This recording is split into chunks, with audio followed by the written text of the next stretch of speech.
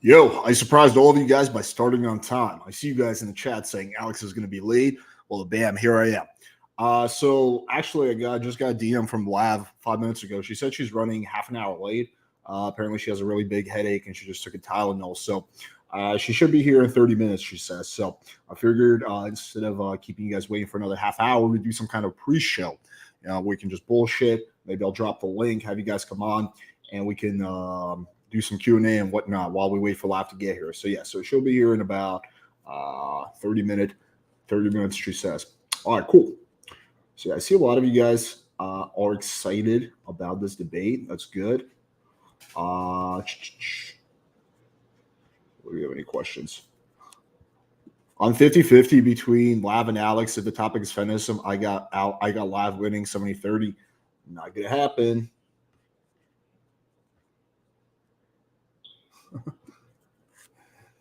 Alex, you should be honored by my lateness. That would even show up to this fake shit. I think that's an Eminem song or something. Who's this girl, Alex? She's a streamer. Interesting character. She's been on Destiny's stream a bunch of times.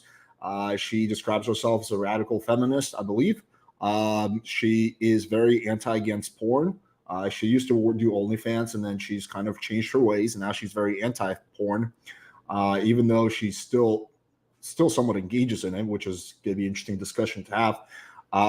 Yeah, I mean, she's a pretty opinionated person. I don't know. You can just type in LavLune debate on YouTube and you can see a bunch of clips of her.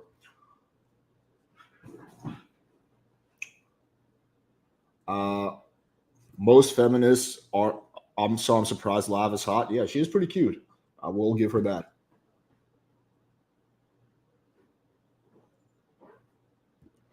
Mike and David Bond was really cool. Thanks. Nice. Glad you enjoyed it. Tomorrow we got a fun debate too. I'm going to be moderating a debate between Allende and Destiny. Yo, by the way, I don't know what the fuck is going on, but it's telling me I see you guys in the chat commenting, but then it shows me that there's 0 live viewers, which would make no sense because if there's 0 live viewers, then there would be no one commenting. I don't know why this is bugging out. I might try to log in and log out. Update on the JAL lawsuit. Nothing's happened. He hasn't sued me yet. Yeah, there's been absolutely 0 updates. So, yeah, so far it's just been all talk. There's 44, Alex. Okay, interesting, because on my end it shows up 0. Hang on. Let me try to log in and now. Give me 30 seconds, guys.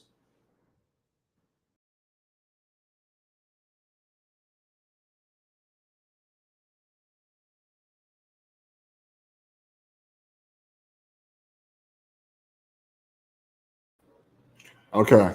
Still shows up as 0. Whatever. We can. I guess. Yeah. I guess it's gonna fucking bug. What's your opinion on dating coach Anthony Rossano? Honestly, don't know much about him. Jal hacked Alex's view count to equal his leg count. That's funny. But yeah, we'll. I'm trying to think what we should do. We can do like 30 minutes of Q&A, or just bring you guys on. Alex, gotta ask, I know someone will, the new JL short, is it taken out of context? It actually is legitimately taken out of context. So if you watch that initial live stream, like literally 20 seconds further before he cut it, there's the part where Natty's like, but I don't have sex with any guys. Alex is enough for me, or something like that. Keep in mind, this was a year and a half ago. You can tell that it was a year and a half ago because this was in my old apartment, right? So you notice the background is very different.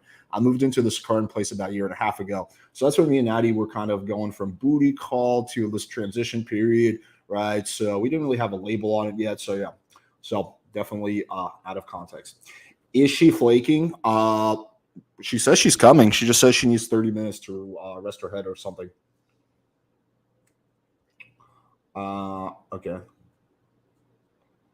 Yeah, I don't know why this thing is bugging and showing me 0 live viewers. It's kind of lame. I'll just drop the link for now, and we can just kind of shoot the shit until. Oh, now it fucking shows up as 1 live viewer. Great, I got 1 live viewer according to YouTube. But yeah, so update if you're just joining. She's going to be here in 25 minutes. Allegedly. Look how excited Rhaegar is. Rhaegar is fucking pumped for this shit.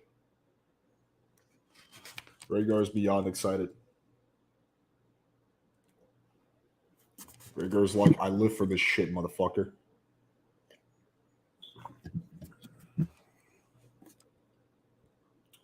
Um, what will the Brazilian consulate think of JL getting married to Liz only stay in Brazil? Not sure. Not sure. Yeah, I don't know why my thing keeps bugging, but as long as you guys can see me just fine, it doesn't matter. Alex, it's showing 0 users because only your degenerate fans are here and we don't count as people. I wish. What do I look like? Destiny? That's funny. I also dropped a link if anyone wants to come on and shoot the shit for 20 minutes before we start this debate. That's funny. But yeah, I think this should be a pretty juicy debate. Alex, what's the schedule looking like for the coming weeks? So tomorrow we're doing I'm moderating a debate between Destiny and Allende. Then Sunday we're going to do another round of speed dating. There's a few more things planned. I just can't remember off the top of my head. That's it off the top of my head, but I know we have a lot more things planned. I just can't remember. Can you do a breakdown of Rhaegar's infield with Mike on the couch from last night? Yeah, Rhaegar was busting out the moves. I mean, you guys see Rhaegar? He was just going all over. I mean, he had him. Rhaegar had squatting Casanova. I know it's highly entertaining. Alex, update on Valuetainment setting up your debate with Rollo. No update. I shot him a text a few weeks ago, and he's like, "Yeah, Rollo was completely ghosting me." So, yeah, Rollo doesn't seem interested in doing it. I was interested. Adam Suss was interested, but yeah, Rollo hasn't responded to the cool request. So,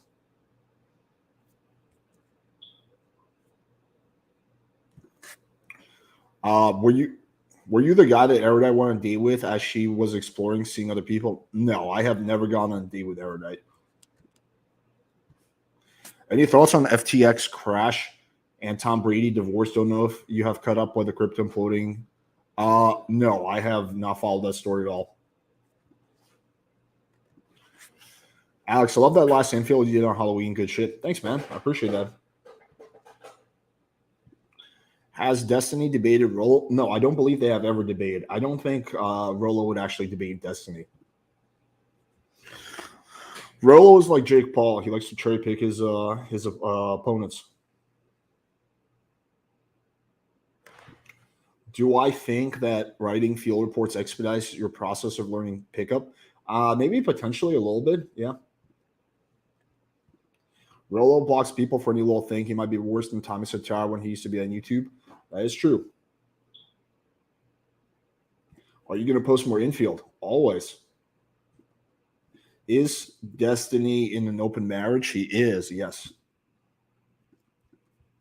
I'm going to drop the link. It still keeps telling me one live viewer. I don't know why the fuck it's bugging out. All right. Destiny asked Roll to debate, but Roll said he wouldn't do Valuetainment. Is trying to convince Roll right now. Oh, yeah. Yeah. Roll doesn't want to debate anybody. He's such a little bitch.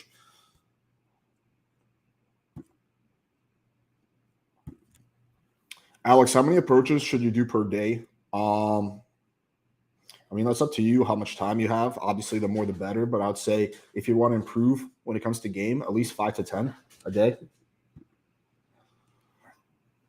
Damn, it's so funny how Rollo in his book says that, like, oh, you should always debate people who think differently than you, and then literally just dodges every single debate. I wonder who's more of a hypocrite, Rollo or John Anthony? That's a really tough one right there.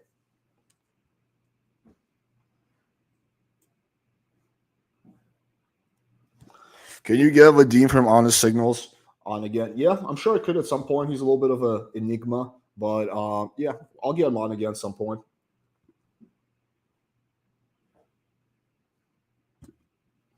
I didn't brag. I was sharing the story, but that person fucking sucker punched me and assaulted me. So, you know, I'm not going to weep any tears for that fucker going to jail. I mean, yeah, I'm happy that he got arrested and he got caught.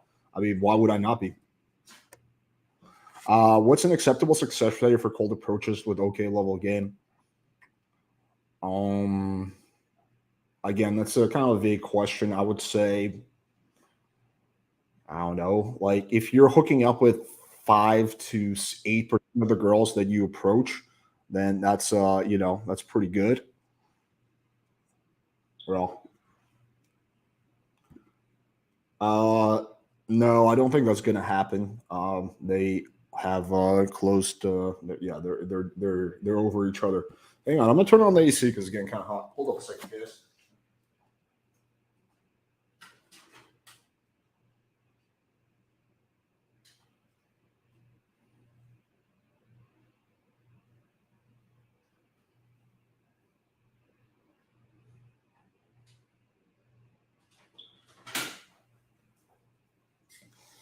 All right. Did anyone come from the potential Austin Dunham collab, or is that just dead? I think it's dead, honestly.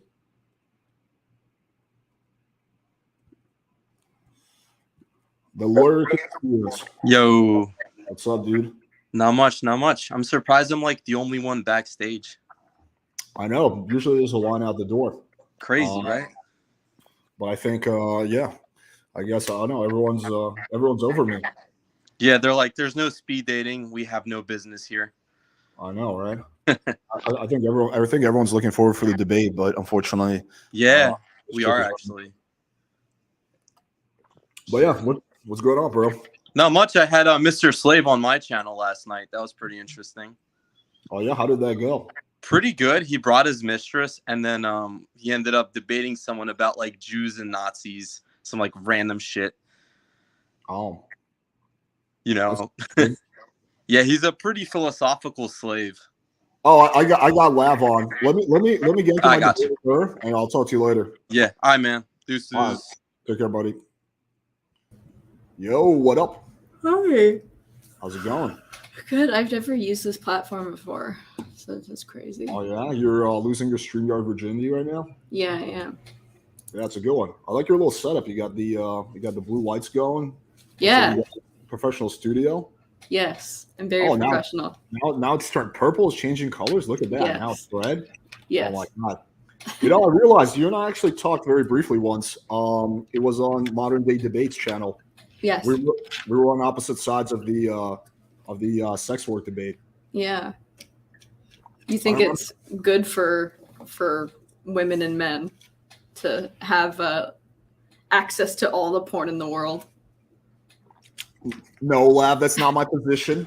That's a total straw man right there. What's your position? You want to get right into sex work? Yeah, we can. My position is that I think that people should be able to do whatever the fuck they want. I personally don't really watch porn. I advocate my subscribers not to watch porn, at least not in moderation. But I think that it's a free country. People should be able to do what they want.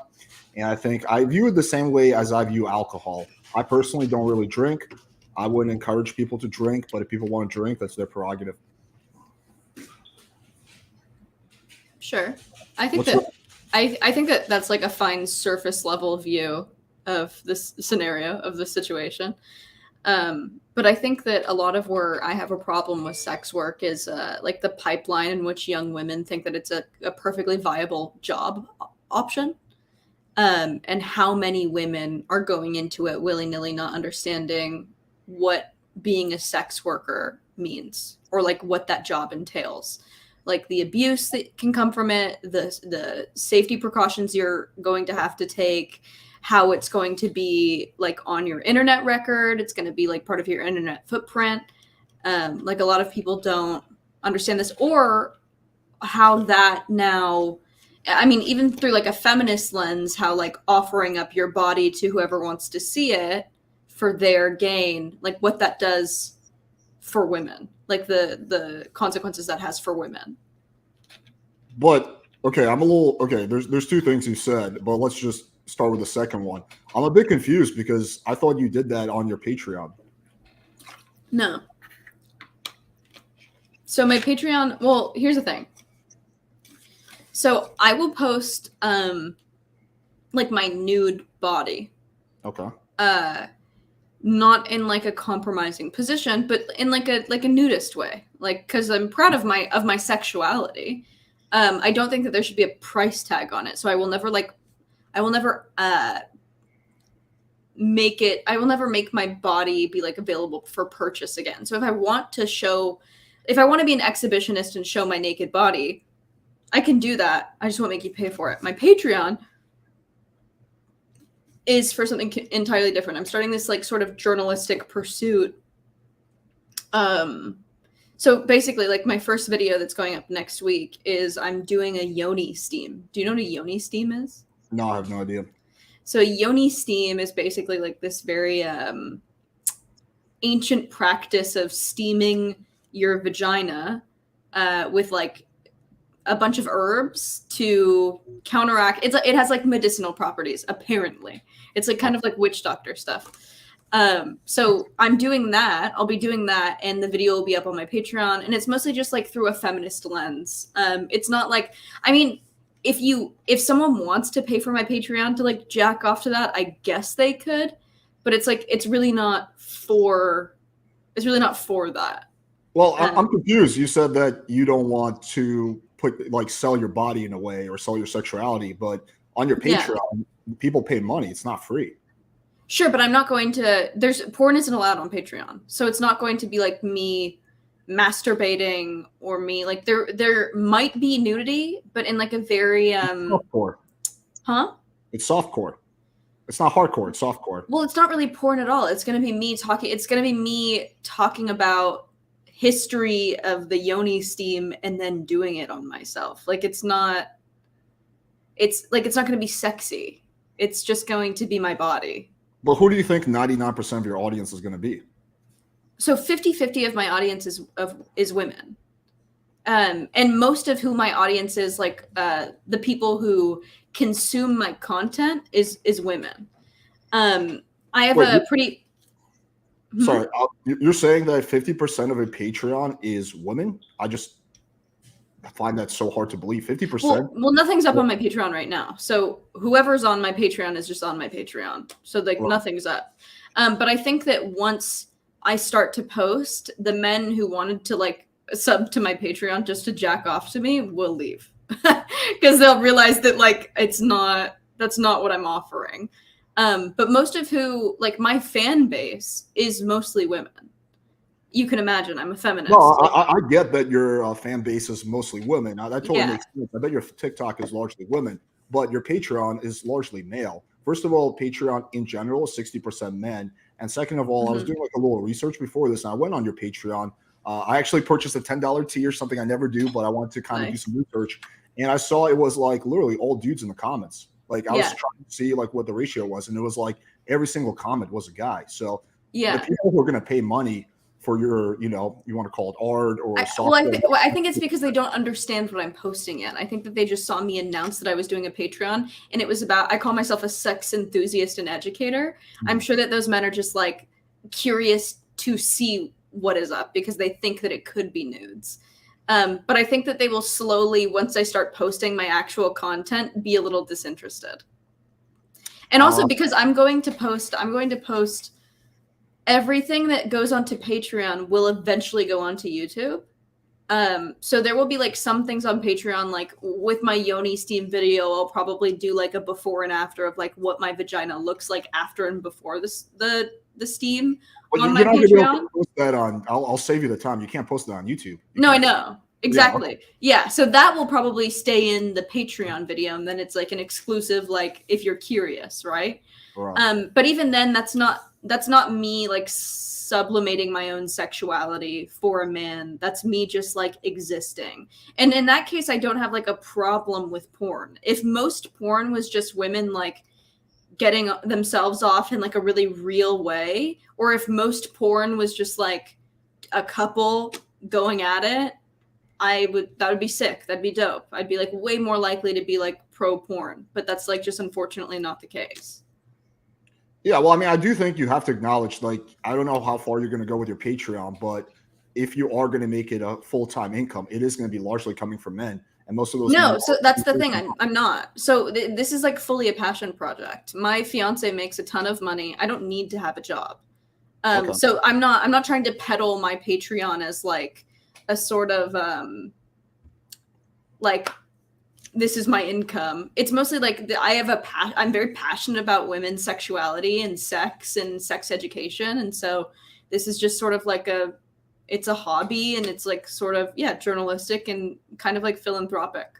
Well, I think there's nothing wrong with what you're doing. I have no problem with you having like a Patreon showing whatever the fuck you want on there. I think it's more of a contradiction. Like, couldn't then a porn star say that she's doing the same thing? I've interviewed a lot of porn stars, and they all say, "Yeah, I consider myself a sexual athlete. I consider this an art. I enjoy doing it. It's fun for me." So why is it that like you get to decide like porn can be done this way, but it can't be done in that way?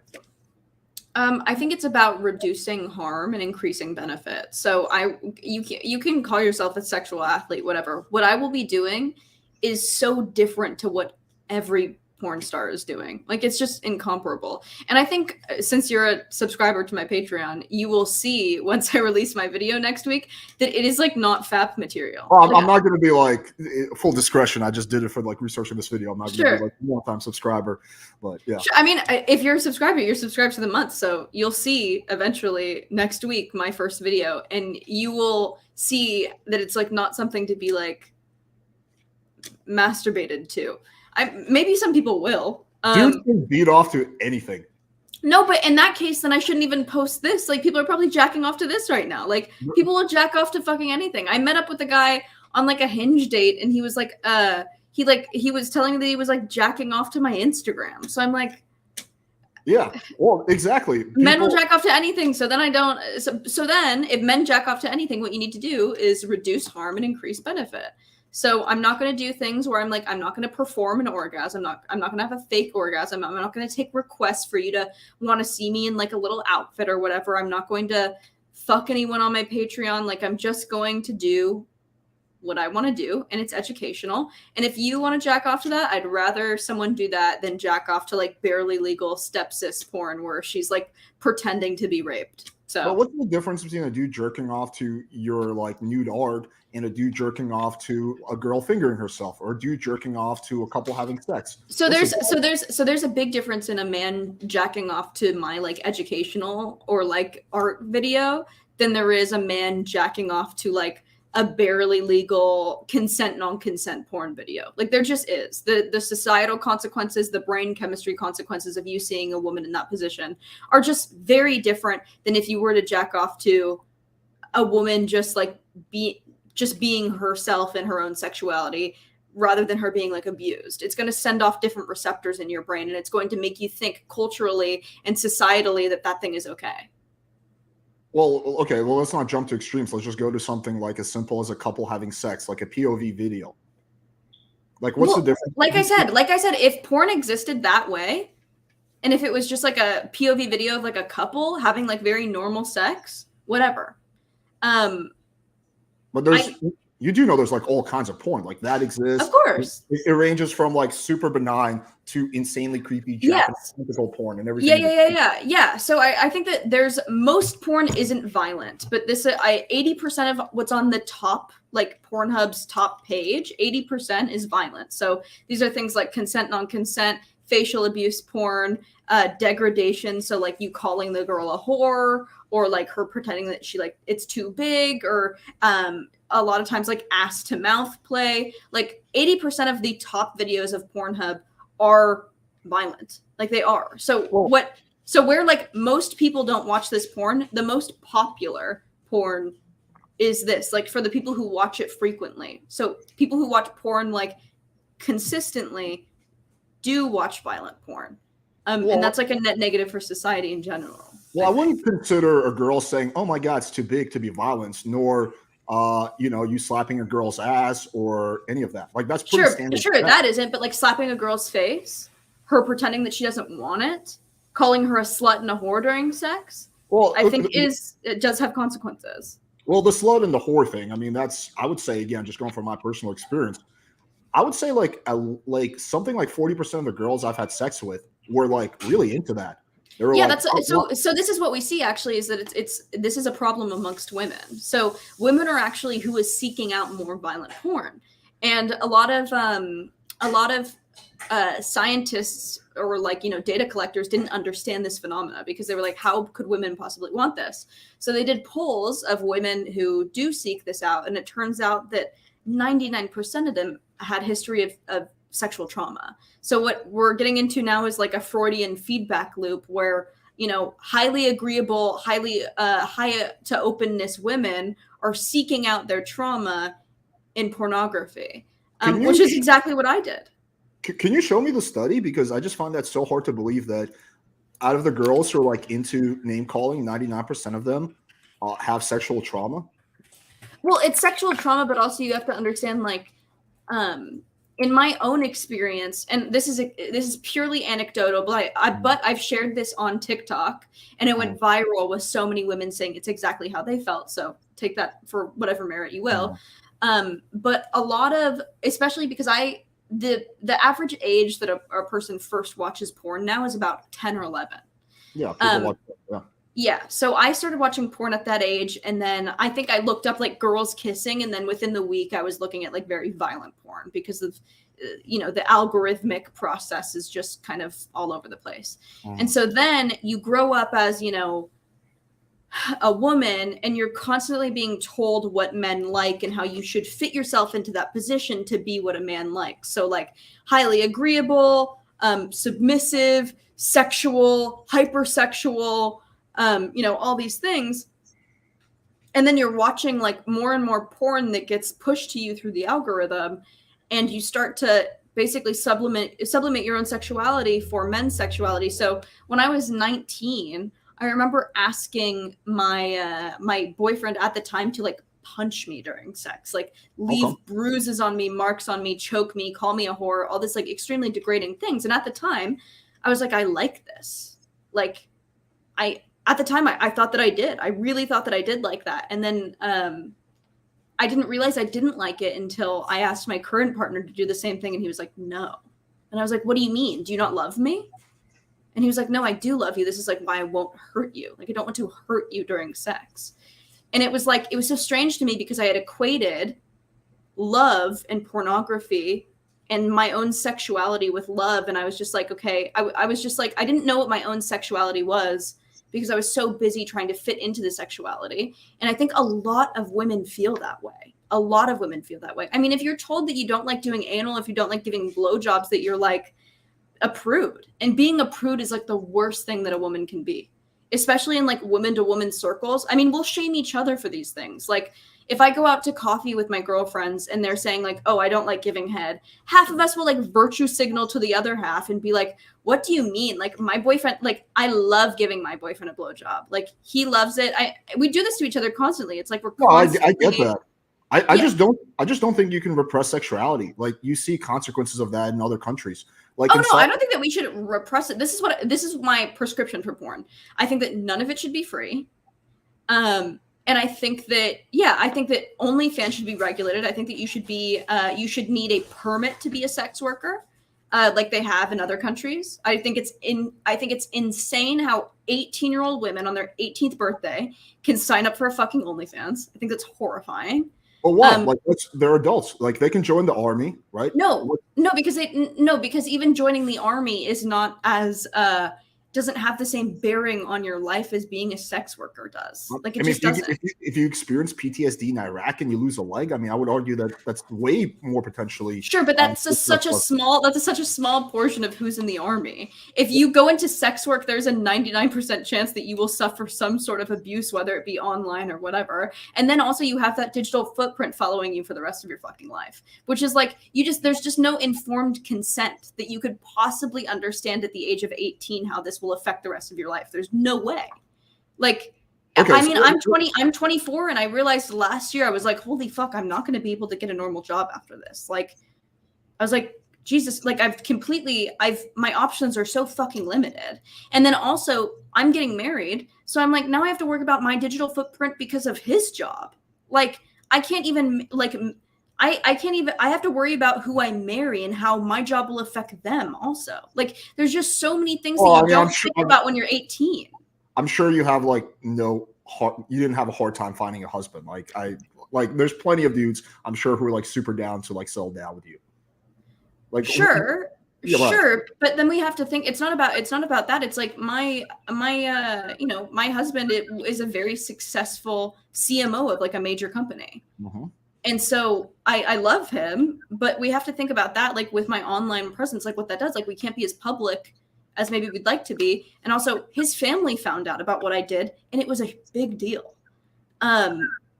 So it's like, and then that changes the dynamic of my relationship with his family. So the relationship with my in-laws changes. Their relationship with our kids will change. My relationship to my kids will change, right? If they go to school and their friends are talking about, oh, like I saw your mom's nudes, how is that going to psychologically affect my children? Right. Like these are things that you don't think about when you're 18 because you can't possibly think about them. No, I get it. It sounds like you really, really regret, getting into OnlyFans, which is fine. People regret shit they do all the time. I have plenty of regrets from when I was younger also. I'm sure there's plenty of soldiers who regret, going to Iraq and now they have like, 2 limbs, right? Sure, but would you peddle to any man to go into the military? I wouldn't probably peddle, not. Nor would I forbid it though. Okay, but you can't go into the military with a mental illness, right?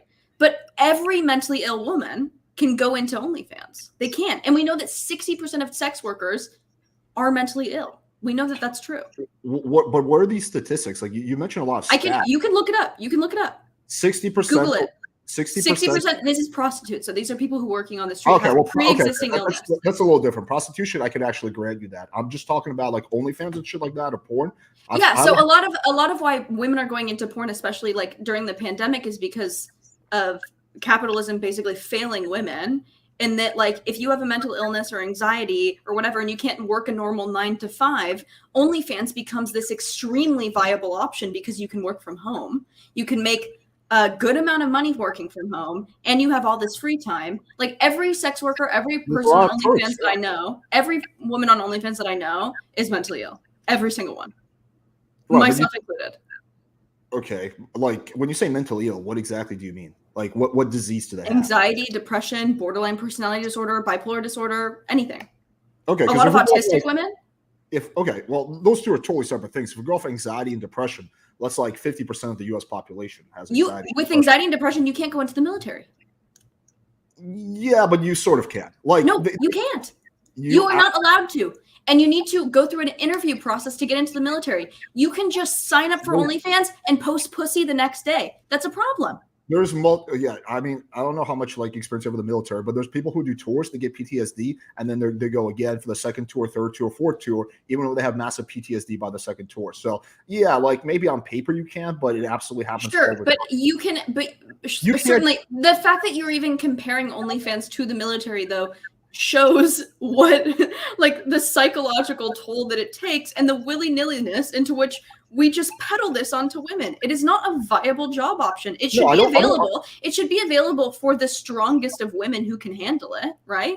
Or just people who can handle it and want to make money and understand the sacrifice. Of course, it should be available. People should be able to do what they want. But I think there should be safeguards put in place so that women like me and the majority of women who are going into it right now can protect themselves. It's just ridiculous. And then also, porn should be free because you should be over 18. I think that you should be able to, or you need to be able to put a card down to verify your age before you do porn. All right, let's go one at a time. If your argument is that there should be more safeguards for OnlyFans, I would be like, okay, cool. Well, it depends on the safeguard. I'm not opposed to like there being more informational material out there. Okay, that's fine. I think there's nothing wrong with safeguards. As long as you're not saying it should be either shamed, stigmatized, or outlawed. You're not saying that. Okay. So you're not saying let's make OnlyFans illegal. You're not saying let's make porn illegal. Not porn illegal. I think that there should be something like OnlyFans that isn't OnlyFans, though. I have a really big gripe with OnlyFans referral program where you refer. Also has a referral program. Huh? Patreon also has a referral program. Every website has a referral program. Patreon doesn't allow porn though. So once you have a platform that is basically widely for pornography and you have an incentive to get other women to post pornography to make some of their income, I think that there's a problem there. Well, right, but I mean, we live in a in a capitalist society, so you're more than welcome to start a competitor to OnlyFans that doesn't have a referral program, right? Like, there's nothing Sure. that's stopping you from doing that or Yeah, getting to exactly. I think that someone should start it. That's not my problem. I'm not on it. I'm on Patreon. Okay, but again, the big difference you say is because Patreon isn't exclusively porn versus like OnlyFans is largely porn. Well, I won't be posting porn, so I'm Right, not. but This you isn't can my show. point anymore. No, I know, but you can show nudes on Patreon. Sure.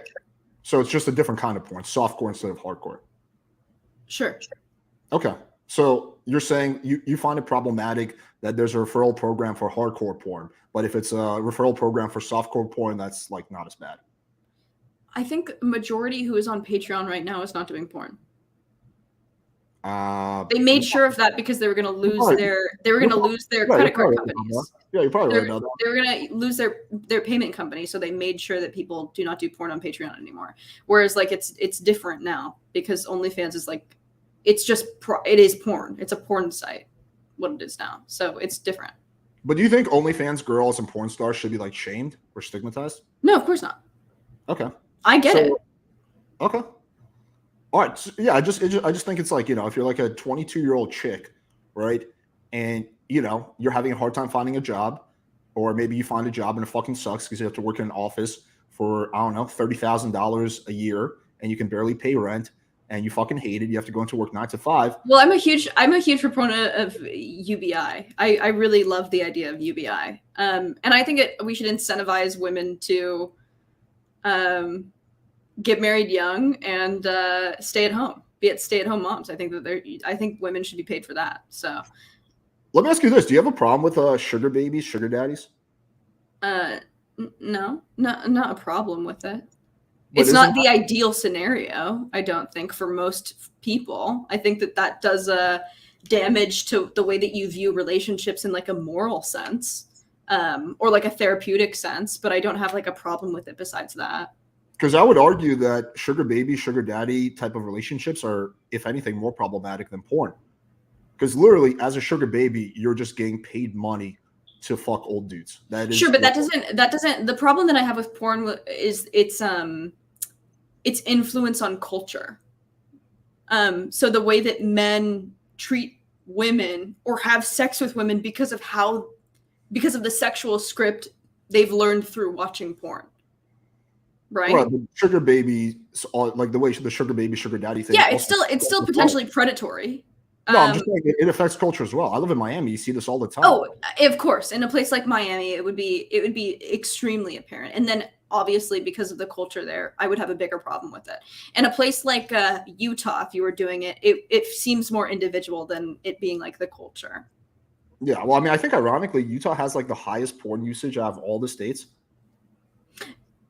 I don't think that's true. I thought or like the most fucked up porn usage, one or the other. Either the most porn usage or the most fucked up porn usage. I forget which one. Illinois, Georgia, Nevada have the most. What about the most fucked up porn usage? What is? How do we quantify that? I don't know. Like fucking tentacle weird fucking shit. I don't know. I don't know. I thought I heard that fact somewhere, but yeah, I guess it has pretty high gay porn rates. But no, it's not even in the top 30. It looks like. Okay, interesting. Yeah, maybe I'm wrong about that one.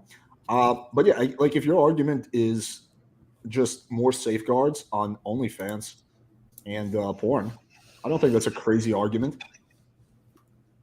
Yeah, I don't think so. As far as I understood, I don't know. Maybe you've changed your position on this a little bit, but I thought you had a way more like radical anti-porn position. No, the only thing that I think is radical about the way that I exist in this space is that I'm highly critical of people who do not talk about the harms. So like when you have people, I don't know if you know who Madame Genevieve is, but I got a lot of flack for tearing apart Madame Genevieve because she was like, this is empowering for me.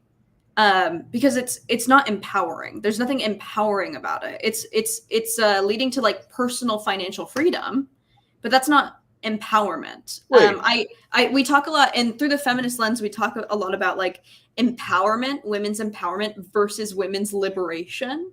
and it looks very different. So when you talk about empowerment, you're thinking of it through like a capitalist lens where you're like, okay, women making their own money is empowerment. But that's not really empowerment. That's the way that like a man makes his money. That's not what that's not what feminine power looks like.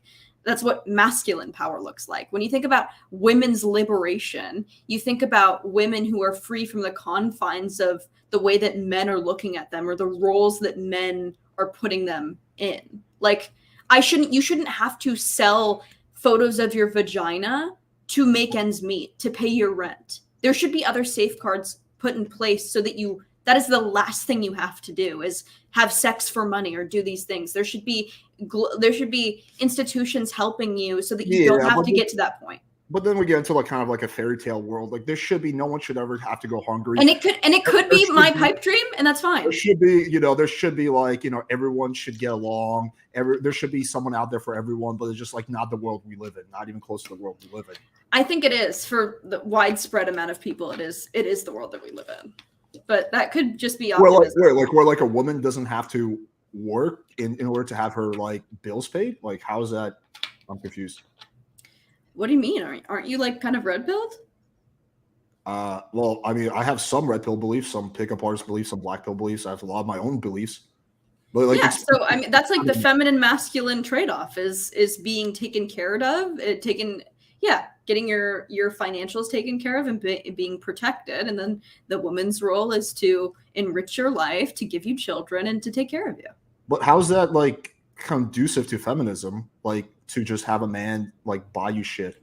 Like, how's that? It's not just buying you shit. It's the trade-off. So it's being taken care of, a man being resourceful, taking care of you, and a woman adding to his life. I'm a cultural feminist. I'm not a radical feminist. Okay, you might have to explain the difference to me on that. So a radical feminist believes that there's like no differences biologically between men and women, and cultural feminists believe that there are biological differences that make us different and that we should honor those things separately. Okay. So it's sort of like the divine masculine, divine feminine sort of thing. Yeah, I think that's reasonable, but I'm still confused about what you said earlier. Mm-hmm.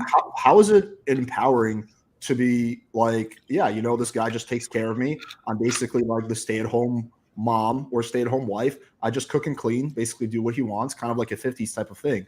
Like, how's that in any way? Well, you shouldn't be pushed into that. Everyone should be able to do what they want with their life. I know, but that doesn't seem empowering to me at all. It seems like you have close to no free will.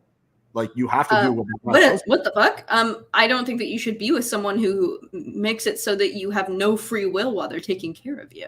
Well, I mean, if the guy has 100% control of the finances, like, yeah, he has the power in that relationship. There's no denying that. What makes it? Why does he have 100% control? Just because he pays for everything? Because oftentimes in all the situations that I've been in, even watching my parents, my dad made all of the money and my mom made sure that all the bills were paid. He worked, but my mom made sure that everything was taken care of. I think that's a good. Okay, let me give you an analogy. Let's take me and my girlfriend, right? I make a lot of money. She makes a lot of money, right? Mm-hmm. We get separated, right? My girlfriend is not fucked, right? So, for example, if I'm, being a piece of shit, my girlfriend is in a very easy position to leave me because, she's not going to be fucked. She can take care of herself. She can pay her bills. Now, let's assume that my girlfriend had no money and I made all the money. Well, now she kind of has to put up with my abuse because if she rubs me the wrong way, I break up with her. She's on the street. She's fucked, right? So It's obviously a lot more empowering for the girl to have her own financial independence. Well, this is why I deeply believe in marriage. Because if this happens, then you divorce and she gets alimony. And also there are a couple ways in which we can avoid this. For example, like not dating piece of shit men. So if you can, a majority of the time you can avoid situations where you're being abused or you're going to be abused by dating strategy. I would never. I agree with you on that.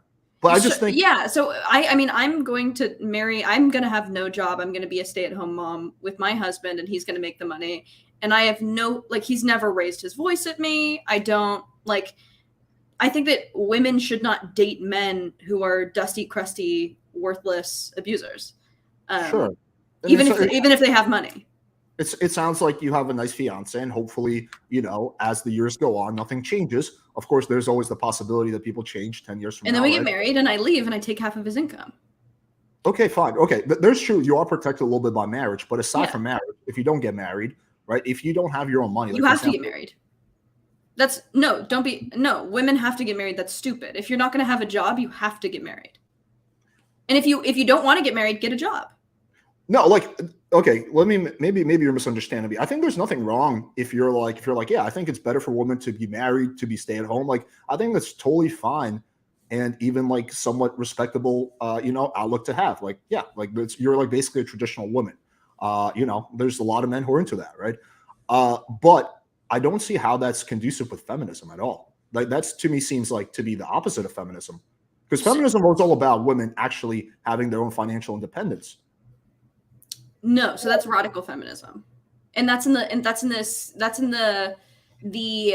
viewpoint of like capitalist, like men and women are equal, whereas cultural feminism is more like a sex essentialist approach, where like obviously I have a womb, I can make a baby. Women have higher emotional intelligence. We're intuitive, emotional creatures. We enrich, whoever we're with, a man, a woman. We enrich their life with bringing them to like, deeper emotional depths, making sure that they're cared for, fed, all these things that like a woman naturally does. We know that men and women's brains are different. Their biology is different. They're incentivized to want different things out of life. Like men are highly simplistic creatures. They're good usually with like a couple things in their stark white room and they're like good to go. Whereas like women are nesters, right? So they're homemakers. They want to decorate the house. They want to fill it with babies. They want to do all these things. It's a biological imperative.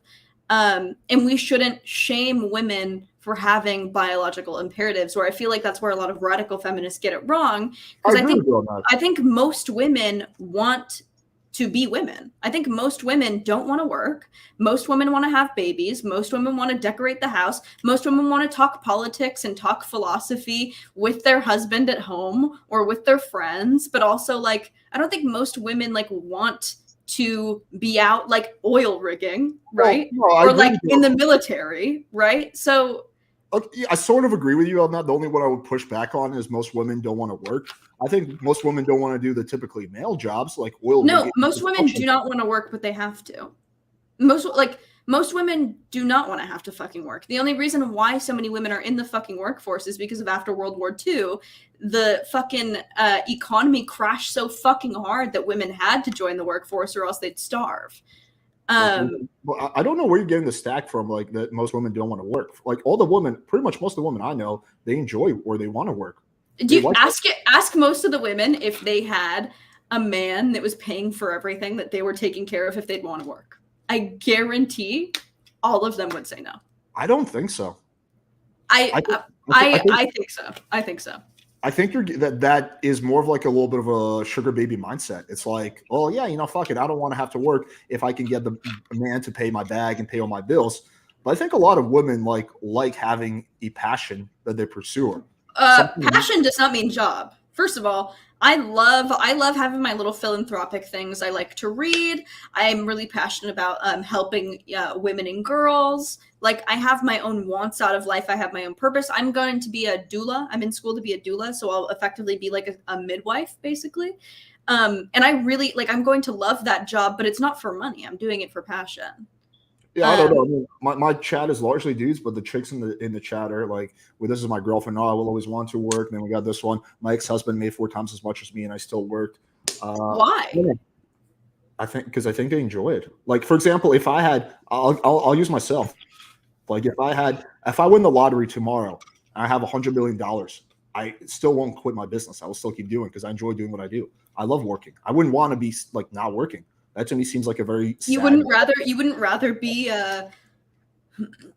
driving your car fast and reading a bunch of books and teaching seminars on how to get rich or whatever. No, I love what I do. Well, your job is like a passion job. You're not in a fucking wage cage like most of the world. Most women are in a wage cage. Sure, but so it makes sense. Like I wonder, these women who said that they still want to work, I wonder what their jobs are. I doubt that they're working at like McDonald's or in a wage cage. It's probably passion. Yeah, I mean, this chick You is love like, it. This person said, I love using my brain and getting paid for it. What if you were just able to use your brain and you made 50% less money? Would you still do your job? I don't know. I think we have to ask her. But again, like, let's just assume for a second your premise is true. Mm-hmm. The only way these women cannot work is if they find a man who makes a lot of money who's willing to take care of them. Exactly. We take women out of the workforce, men make more money because of scarcity. Sure. But on the flip side, wouldn't you say then that if a woman has no financial independence, she might be pressured to get married to a potentially wrong guy because she needs the resources? Like, she has no money, right? She needs money. She needs resources. She needs to eat. There's a guy that comes along. There's a few red flags, but she really needs that money. She doesn't have no financial independence. She's going to be way more likely to marry that guy. I don't think that women shouldn't have jobs. If by all means, if you want to have a job, have a fucking job. I think that being a stay-at-home mom is a fucking job. So, I mean, it just depends on like what you want to do, but I think that women should have a little leeway when it comes to what they want to decide to do with their lives because they create life. There are certain things that like women are the backbones of society. We raise the next generation. And I think that is the most important job a woman can have. I mean, I think it's up to her. Yeah, if she wants to do that, like, that's awesome. Yeah, and I think it should be incentivized. I think that there should be a basic income for stay-at-home moms. I think that you should get government assistance for it. Yeah. I mean, yeah, again, that's a whole UBI type of discussion. I'm not necessarily opposed to UBI, although I don't know if it's going to work on a large scale. Okay. I mean, let's get into this. So I've heard you say on streams that you're a man hater. So you still hate men, or is that like That's a joke? I'm not a man hater. I really love men. I really appreciate what men bring to the table. I really appreciate men.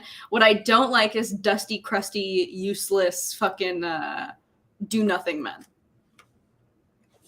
Give me like an example of that. Like men who just sit on their fucking computers all day doing nothing but like jacking off and hating on women. Okay. Yeah. So like bitter, resentful dudes who just like bitch and moan on the internet. Yeah. Yeah. Okay. Yeah. I don't think anyone likes those. Okay. Yeah. Yeah. I was confused like how you were like arguing that you hate men. But okay, that makes more sense. So you're basically saying you're hyperbolic during those streams. Yes. I really value men. I really value men. In fact, a lot of my platform on feminism started because I was like not a men's rights activist, but I brought up like a lot of how the patriarchy was like hurting men, basically. What are some of those ways that you think it's hurting men? I think that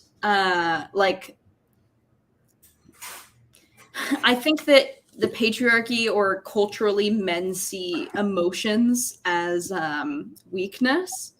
Okay. And for that reason, men can't come forward about like spousal abuse, being the victims of spousal abuse, being the victims of sexual assault, or being the victims of abuse in general. I think that that's like a really big, it's like severely underreported. I think that that's a big problem. And I talked about that a lot on my platform before the feminist stuff. Okay. Yeah. I mean, those are all reasonable things. You really don't sound like a feminist, honestly. I am. I'm just a cultural feminist. You sound more like a tradcon chick. No, this is fourth wave feminism. You're thinking of third wave feminism that's like very like, I fucking hate men, get all that money, like girl boss, like whatever. That's old news. That's old news. That's the last generation. Tell me more. What are your feminist ideals?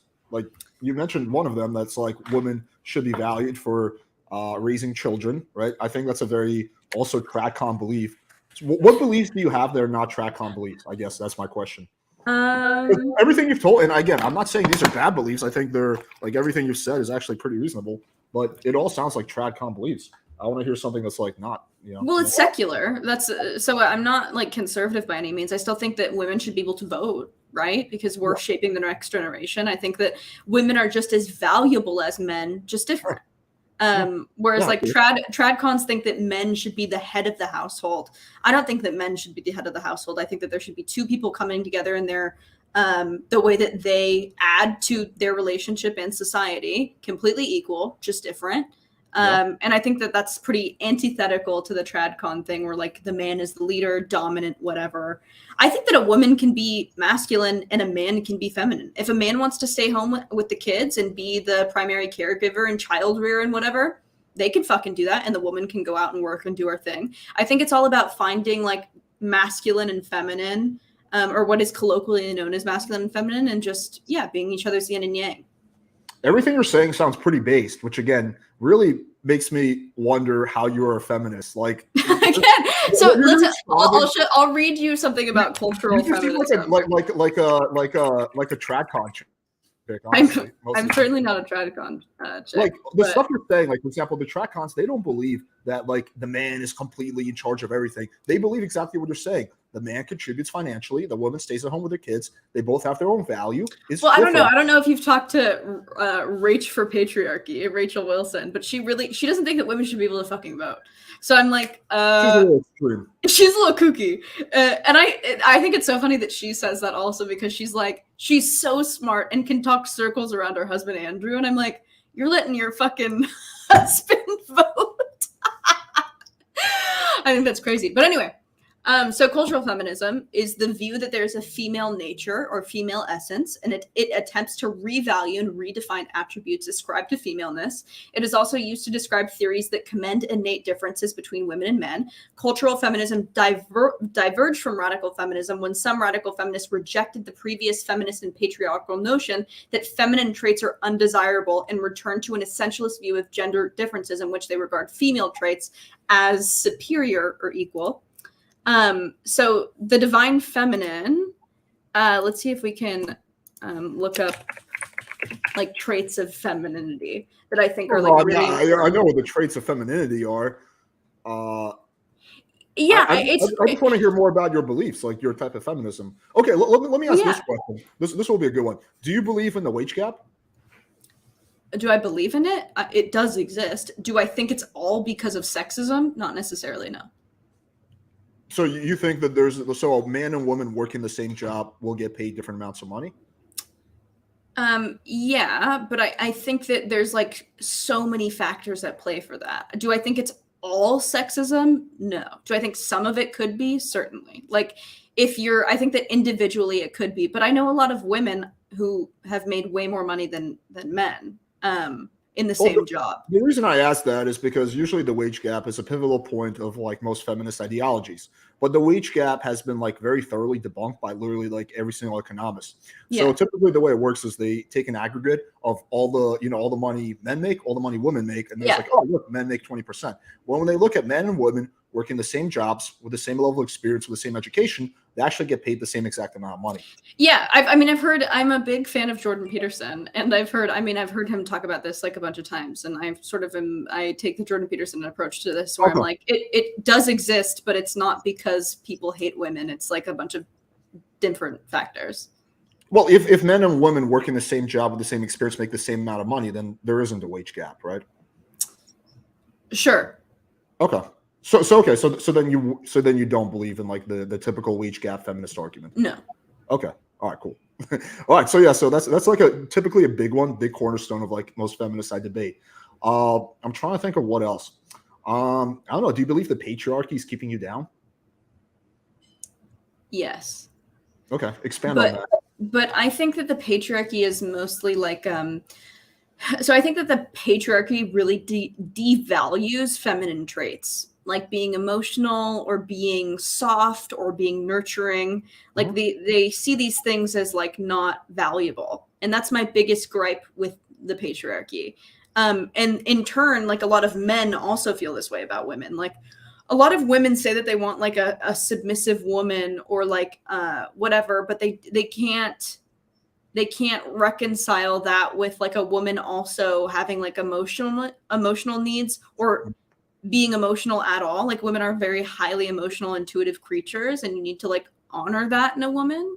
And I feel like patriarchy doesn't really allow the space for men to do that, because they're like, every man is like, no, you need to work also. You need to be a girl boss. Like it is very hard to live in a world where you're looking for like a masculine man, and most masculine men devalue feminine women. Again, to me, it sounds what you're describing is more feminism. Like it usually like most patriarchal men are going to be like, yeah, of course you stay at home. I'll make the money. I'll take care of it. So, but then that same man, most of that same man, and this is what you get into the problem with like the fresh and fit guys, is that like these men don't value feminine nature. So they'll be like, They don't think that women are smart because they're more emotional. They don't think that women are intuitive. They don't think that women are intelligent. They think that because they devalue all of these things that make women incredible, they just devalue, which is like a big problem. And that's like mostly my gripe with patriarchy, is just how it devalues feminine traits. I mean, I would probably agree with you on that. I mean, yeah, well, I don't know about patriarchy devaluing it, but I do know the Fresh and Fit guys do that. Yeah, I mean, like men typically have higher logic, but women typically have higher emotional intelligence, right? Both are useful in their own sense. That's why, you know, most HR departments are typically women, because women make better HR people and men make typically better accountants. So yeah, no, I agree with you. I don't think that should be devalued. Like a nurse or a teacher, you know, she's still performing just as much value to society. Totally. The problem is like, oh, this woman is just a nurse, or just like we're doing the important jobs like oil rigging, and not understanding that like most social workers are females. It's just like it doesn't like, we are the backbones of every community in like a really like nurturing sense. I agree with like that. Without us, the world would be a fucking tyranny. It would be an explosion. So we really need to value these feminine traits and also have patience for them. Like the way that, you know, men get angry at women for being emotional. That's ridiculous. Allow them that space to be emotional. That's who they are. Like, and men are just really rude and disgusting towards feminine traits in women, but also towards each other. Like, this is a problem even like I was saying, the only one of the big differences that makes me not tradcon is that I think that men can take up a traditionally feminine role if they want to search for a masculine woman. Like, I think that it can be completely a trade-off. And men are oftentimes devaluing femininity even in other men, which is why you see so many gay men being beat up or abused, or you know, even social mores in the gay community. Like if you're a bottom, it's like seen as like less masculine. You're less of a man if you're a bottom, or you're less of a man if you wear makeup or whatever. And that doesn't necessarily have to be true. And then I don't know, there's just so much there's so much vitriol towards femininity in men and women. I mean, I will grant you that. Yeah, I think that, you know, feminine qualities are typically devalued in society. Is that like your one, I guess, like criticism of like the quote unquote patriarchy? Because that's like actually a pretty reasonable one. Yes. Okay. Yeah, that's like typically I've debated like hundreds of feminists, so I know their arguments inside and out. Typically what they'll say is like, yeah, the patriarchy is keeping us down because me and my fellow sisters can't pursue the kind of careers we want, and we don't get picked, and, you know, we get, you know, if we are pursuing that same career, you know, we're going to be laughed at work and stuff like that. So this basically the arguments they make. But if you're saying that it just simply has to do with the fact that, yeah, you know, these female qualities, those are also masculine women. Those are masculine women that should find their feminine male counterparts if that's what they want. Like, you just need to find your yin and yang. Like, that's just, and I think that one of the problems is that they're not like allotted that, right? So like, then you say that, then you make fun of these women who find these men who are more feminine, and you call them simps, and you say that they're not real men because they're with like a matriarch. And I think that that's a problem. I think that radical feminists should be able to live the life that they want with, you know, whatever they want, and they should be paid the same amount of money. But I don't know. I think that radical feminists are a little weird. I think they're lying to themselves a little bit. Are you like well accepted in the feminist community? Because I can totally see you not being accepted at all in that community. Not in the radical feminist community by any means. In the feminist community, yes, because I think that more women are moving towards cultural feminism. But like in rad fem spaces, no. Well, maybe actually, because I think a lot of rad feminists are less worried about like the things that I'm saying and more worried about like the transgender stuff. And I'm sort of with radical feminists on the transgender stuff. Like, I just don't believe in any of it. So what does that mean? Like, expand on that. Like, I just don't think that you can, I mean, you can't change your sex. Like, you just can't. I think that you can exist in the world as the opposite gender if you pass as the opposite gender. But you're not going to have, like, I don't think that a male can have a female experience unless you look exactly like a female. And in that case, sure, but there's just so like, that's just so infrequent that I just don't even. Yeah. Oh, okay. Yeah, I would agree with you on that. I mean, you can never have a fully feminine experience because you can't bear kids, and that's like part of the. But I mean, with that also, like a lot of women can't bear kids either. But then they're also having like the whole childhood of being like basically.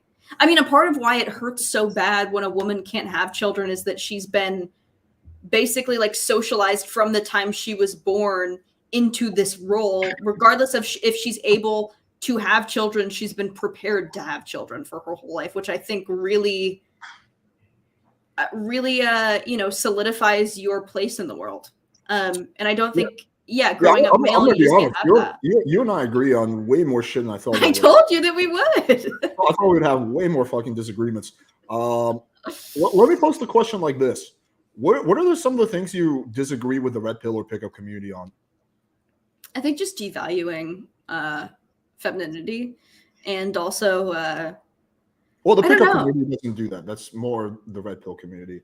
Yeah, I mean, I don't really have much of a problem with pickup artists. I've read like a lot of Robert Greene books, and they've been pretty helpful. I don't believe in like really the whole like manipulative aspect of everything, where like you're one step ahead of someone. I don't really agree with power plays in relationships. I think that you should just try to be like who you are, and eventually things will fall into place. But also, I know that that's not necessarily, that's kind of wishful thinking for like a lot of the community. Well, yeah, and I'm also in every relationship, there's like a power dynamic that's being played out. The question is the person who has more power, do they abuse that power or not, right? So, for example, like, I don't know, when like, okay, there's like people who are starting out YouTube channels, right? And they're like, hey, Alex, can we collab, right? And I'm like, yeah, sure. In that relationship, I have like 99% of the power. Now, I could have used that power and be like, well, send me $1,000 and they'll come on your channel, or like flake on them a bunch of times, right? But I don't do that, right? Because I'm not a dick. But there's other people who do abuse their power, right? Yeah. So in any relationship, sexual, platonic, professional, there's a power, what's like, with my business, right? I'm the boss, right? I have the power over my employees. I could make them go through a whole bunch of shit. I choose not to, right? So my argument is that you always want to be in a position where you have more of the power. You don't surrender your power, because you can trust yourself, but you can't really trust most other people. Instead of power, I would say that that's self-respect. Because power implies that you're like taking it from someone else, to me at least. And who did I see you talk with? I saw you talk with that one woman who has like a pretty successful TikTok. She does like the 3-month rule where she's like, Tristel Hyde. Yeah, she's a character. Yeah, she's fucking insane. I've had a big bone to pick with her forever. Really? But yes, because her whole thing is like power over a man, and being like somewhat like manipulative in that. And I just think that's like a really bad way to go into a relationship. So yeah, I don't know. Just that aspect makes me a little at least raise an eyebrow. But I don't know. I've been around a lot of like men who like aren't naturally very confident. I've been around like a lot of autistic men who need a little help when it comes to dating, because they don't understand like social mores. So I think that there's definitely like a place to where, pickup artists like exist and are actually pretty helpful. I just think that, it could go wrong. Yeah, it could. I mean, anything could go wrong, like any type of thing. But yeah, it could go wrong. And sometimes it does, but usually doesn't. That's also like feminists typically would rarely ever say that. They have like a massive bone to pick with pickup artist community. They'll be like, "Oh, it's tricking women into sex, and you guys should just be yourself." Like that's typically. Well, that's another thing. It's like, are you tricking these women to get as much sex as possible, or are you trying to like start up relationships with people? Well, pickup isn't about tricking at all, because you can't actually. You can maybe trick someone short term, but you can't trick them long term. So I can't go out and pretend to be like, if I'm a massive loser, I can't go out and trick girls into thinking I'm a super high value guy for a long period of time. Eventually they'll realize I'm a loser. Maybe after 5 minutes, maybe after 5 hours, maybe after 5 days, right? So pickup artistry, they don't believe in like tricking women. They believe in improving yourself and becoming the kind of guy that women find attractive. I think, that's true for some of you. And I think that I've looked up pickup artists before, and there's like that one, he's like Puerto Rican or something. And he talks about like how to manipulate women into like, getting into their pants and then like dumping them, like how to make women obsessed with you. And I think that I think that both things can be true. I think that there are guys that are like good and doing a net positive for other men, and then there are guys who Yeah, are. I'm sure it exists. Well, I've seen the opposite of that though on TikTok. I've seen like female. I guess Oh, the dark femininity. Yeah, I've seen that. yeah, like the chicks who are like try to teach you how to get as much money from men as possible without fucking them. Yeah.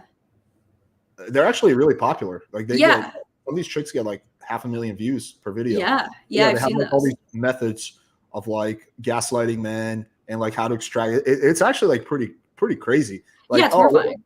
when a guy asks you like, you know, what do you need? Just be really vague. So he throws out the number first, and then you can be like, oh, that's it, daddy. And then he'll suggest something more. It's like pretty manipulative shit. So I think you see that on like both sides of the yeah, it is crazy though, because I think that this is where I will get a little more into radical feminism though, is because that's so different from just getting like you. I mean, a lot of women have been pushed into this point because like of job scarcity, or because they feel like they are so like they feel like they're at a disadvantage, so the only way that they can get money is by exploiting a man, which sucks. But it's also like the same way that Black youth turn to crime because they feel like they can't do anything else. Like it's sort of like it's a victim mindset. It's like a victim scarcity mindset where like you have to be the one who gets someone before you're got, which I actually have a lot of empathy for, but it is like extremely maladaptive and abusive, which sucks. Yeah, I don't know. I think that maybe gives you a little bit of like a leeway, but I don't have that much sympathy for that because you can make that argument about like literally like, oh, I fucking got fired from my job, so I had to rob that convenience store and get money. It wasn't my fault. It was my fucking boss who fired me. Like you can be a victim in like pretty much anything. I think it would be like a man who is like a felon. You could it's like a man who like already has like a criminal background, then having to like sell drugs because he can't do anything else. Like that's sort of what it feels like instead of the analogy you made. But overall, we have a super chat. What's LavLune's stance on open marriage? This is really interesting because I just had an open marriage, or an open marriage for a couple months, and I think people can do what they want. I think that it depends on what you want in a relationship. Like you potentially could do that. It did not work for us. I don't even know why we ended up doing it. We live in LA, so we were like, we can try it. And it just ended up being like, we couldn't focus on each other the way that we want. And it was just sort of overwhelming. So I don't know. I think probably 90% of the time it's not healthy and someone's trying to placate their partner because their partner wants to fuck other people, which is fine if you have that agreement, but I think that that's also maladaptive. Like, I don't think it's a good, I think that humans mate for life with one partner, and I think that you could be turned on by other people, but sharing yourself with multiple people just is a distraction. So it's not something you would do, but you don't have a problem with other people doing it, basically. No, and I think that most people who will do it will probably learn that it's maladaptive. It's sort of like you got to try it out though. It's like falling. It's like I'm in a riding a bike one-way and falling off. I'm in a one-way open relationship right now. We're going pretty strong for almost 2 years. One-way open relationship? I believe I somewhat agree with you. So you're sleeping around? Yeah. And she's not? No. I don't think a two-way open relationship can work long-term either. I think a one-way open relationship can work. I guess we'll find out. But I think you have to be either monogamous or one-way open. I don't think it can be two-way open. I'm sorry, you're a one-way open relationship? Jesus Christ.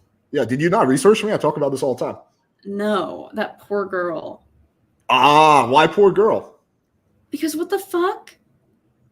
What the fuck? Well, Expand. what do you guys want out of life? Like, how old are you? I'm 32. She just turned 33, so she's like 4 months older than me.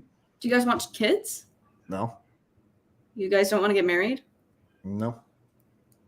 Okay, then I guess that works for you. But neither of you want that. It works, but your face tells the opposite. You look like. Well, I just neither of you want that out of life. No, I'm not looking to have kids. Yeah, not at this point in time. I don't want to get married either. I guess that's fine. Yeah, I think that you're in a very unique circumstance, though. Like, that's extremely unique. Well, why do you say that? Because I think most people want the quintessential, like, marriage life, the You think happy. so? Yeah, I do. I think nowadays it's. I still think more people want marriage, but I think every year that becomes less and less. I think also I marriage think can that's be because really. people trust each other less. I think that that's like I think that's a maladaptive pattern. Well, Like, I think what did your parents' relationship look like? got married very young, divorced now. Yeah, they're both happier now that they're divorced. Well, I mean, that makes sense because if they got divorced, they probably had a pretty volatile relationship. Yeah, I mean, they had issues. It wasn't like violent or anything, but yeah, they had issues.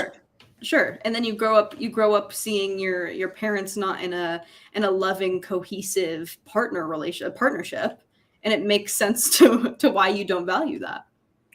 No, I just think marriage is well, one, I never really wanted to have kids, even when my parents got divorced really later on in life. I was like 23, 24. But even when I was like 17, 18, I never really wanted to have kids. I might at some point in my life, but certainly not anytime soon. I was like, yeah, it's going to be way later since I have kids. And number two is that Well, if they're going to be with your partner, you guys got to hurry because her biological clock is running out. yeah, I know, but I think it's unlikely to happen. Number two, it's I think marriage can be quite dangerous for men. I mean, if you get a prenup, that preempts a lot of the issues. But without a prenup, I think marriage for guys, especially if we're doing pretty well, can be a pretty bad endeavor. Yeah, I think that that's potentially true. That's why you need to really trust the person that you're going into a relationship with. But sometimes you trust the person and then they change 5, 10 years from now. I guess that's true. I think that I'd just much rather be in a dating sphere where people assume the best in people than assume the worst. Well, I think you have to. I mean, you can. I think hope is not a strategy. I think you have to be very realistic. I don't think you should be a pessimist. I don't think I just like the pessimism. It's like, yeah, every chick is. You're also in a weird place in the U.S. where like it's not like you're not in like a real place, Miami, and it's just not, we have real people in Miami. No, it's like it's not. It's the strangest place in the fucking world. Like they're not like wholesome people in Miami. There are very few. Aren't you in LA? I thought. Yeah, but not like Hollywood. I'm not dating people who are like in the scene. Like no one I've ever dated is someone who like goes out. Like yeah, same with me. My girlfriend don't really go out. My previous girlfriend didn't go out either. Yeah, like my current girlfriend works as like a marketing specialist. My previous girlfriend was a dental hygienist. Like, yeah, I typically don't date like party girls either.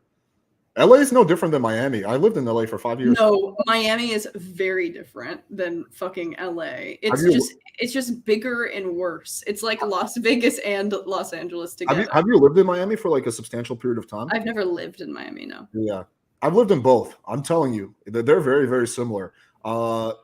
Less, yeah, they're very, very similar. Maybe a little bit more of the sugar baby, sugar daddy culture in Miami, but it's pretty I don't know. I guess also I'm like in the alternative scene. Like I'm kind of goth and my partner is alternative and we're what sort of just like LA do you live in? Mid-city area. Okay. So you're not like in the suburbs. We're like just outside of Beverly Hills. So we're like, yeah, we're almost in a suburb. We're in like the poor people suburb. Okay. We're the gentrified suburb. Let's not fall. I used to live in Koreatown. I lived in Hollywood. Oh, nice. I lived in Santa Monica. Yeah. Oh wow, I grew up in Santa Monica, born and raised. That's an interesting place. Yeah. Do you mind if we open up the panel? Because I think my subscribers might have more disagreements than I do. Because we're just largely agree on shit. Go ahead. Let's do it. All right, guys. Drop the link. Come on in. Let's keep it respectful.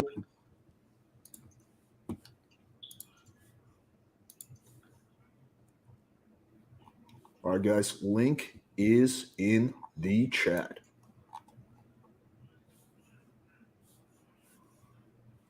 Who do we got? Let me text this poor other person.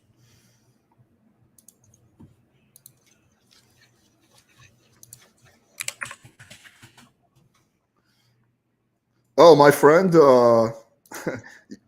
my friend Ashley was a little I don't know, upset that you didn't make it to your debate with her.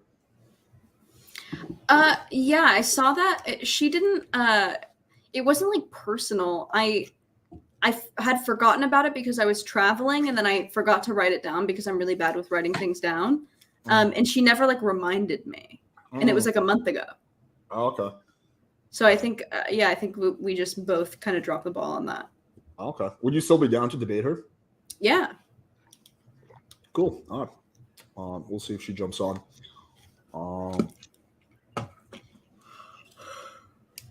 Yeah, I'm actually quite surprised that we agreed more than we disagreed. Yeah, except for about your one-sided open relationship with the Do we? fuck. Well, you said near the end that you I don't think that you should be barred from doing it, but I think it's fucking weird. Like, does she just not want to fuck other people? Like, what's up? Yeah, I meet all her sexual needs. As kind of cliche as that But sounds. she doesn't meet all yours? We're just wired differently. I just have this drive for novelty, and I'm like when I was younger, I used to get into like monogamous relationships, and what would happen is one of two things. One is that I would suppress that drive, and I would slowly build resentment towards my girlfriend, who did nothing wrong, right? Great girlfriend, but because I was suppressing part of what I wanted to do, there was that resentment that built up. Or two, I would cheat, which is obviously also really not good.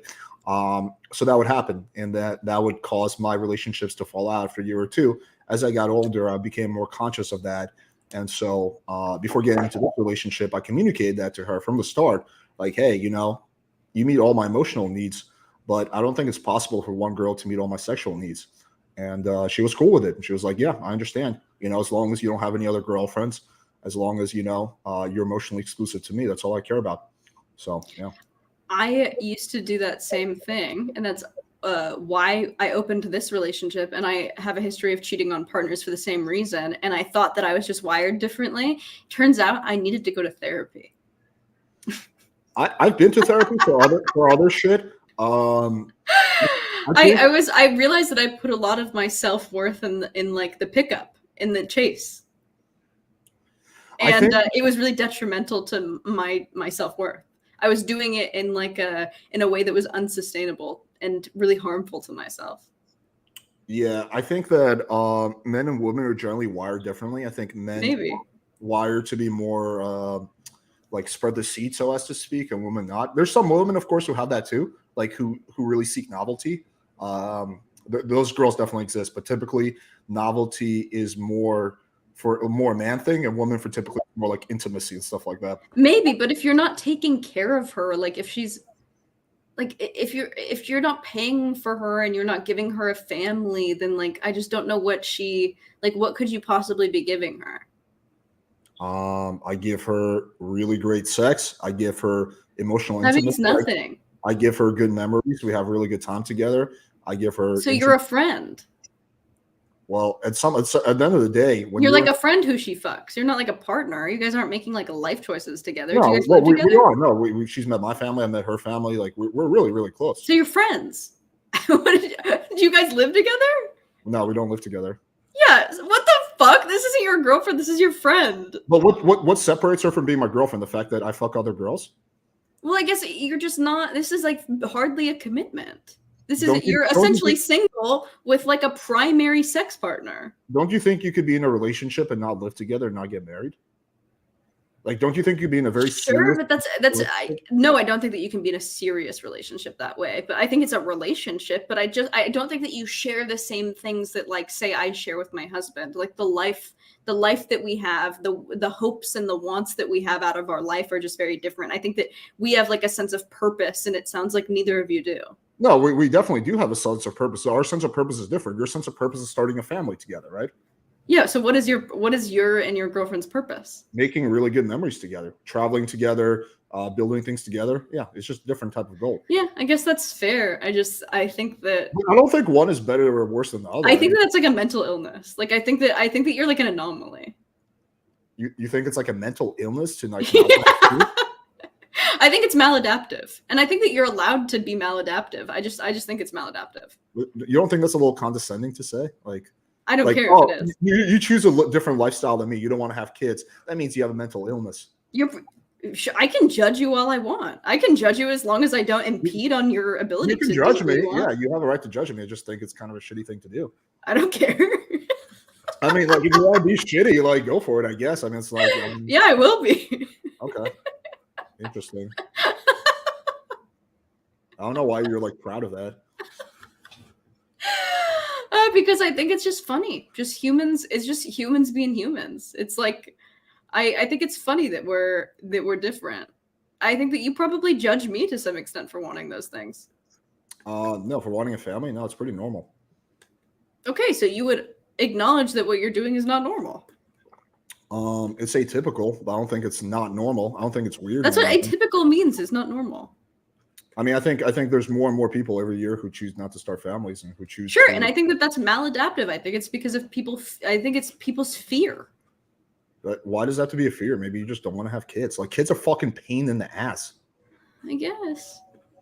Like you would have such a hard time convincing me of that. Why, okay. why don't you marry? Why don't you marry and live with your partner? Why would I marry her? Well, what's in it? What's the upside for me to marry her? She's spending a lot of time with you. Like, she's investing a lot into your relationship. No? The question is, what's the upside for me? Your partner is taken care of, or you have an agreement. There's like a form of commitment in which you have agreed that you are taking so much stake in your relationship that you coexist together and you take care of each other. Okay, that's an upside for her. Have any of you have like health issues? I have some health issues, yeah. Because with me, a big part of why we got engaged, at least in the beginning, is because I have a heart condition and because I needed him to be my power of attorney because I'm not in contact with my parents. And he can't be unless he's married to me. He's like he couldn't be. Well, I'm really close to my parents, so I need power of attorney. So what's the benefit for me? I guess. You have to name, you've named benefits for my girlfriend, but you have to name a benefit for me. Why would I get married? Well, don't you love your girlfriend? I do, yeah. But the question is, what's the benefit for me? Helping her is not a benefit for me. That's a benefit. Oh God, sociopathic moment. No, you only do things that benefit you?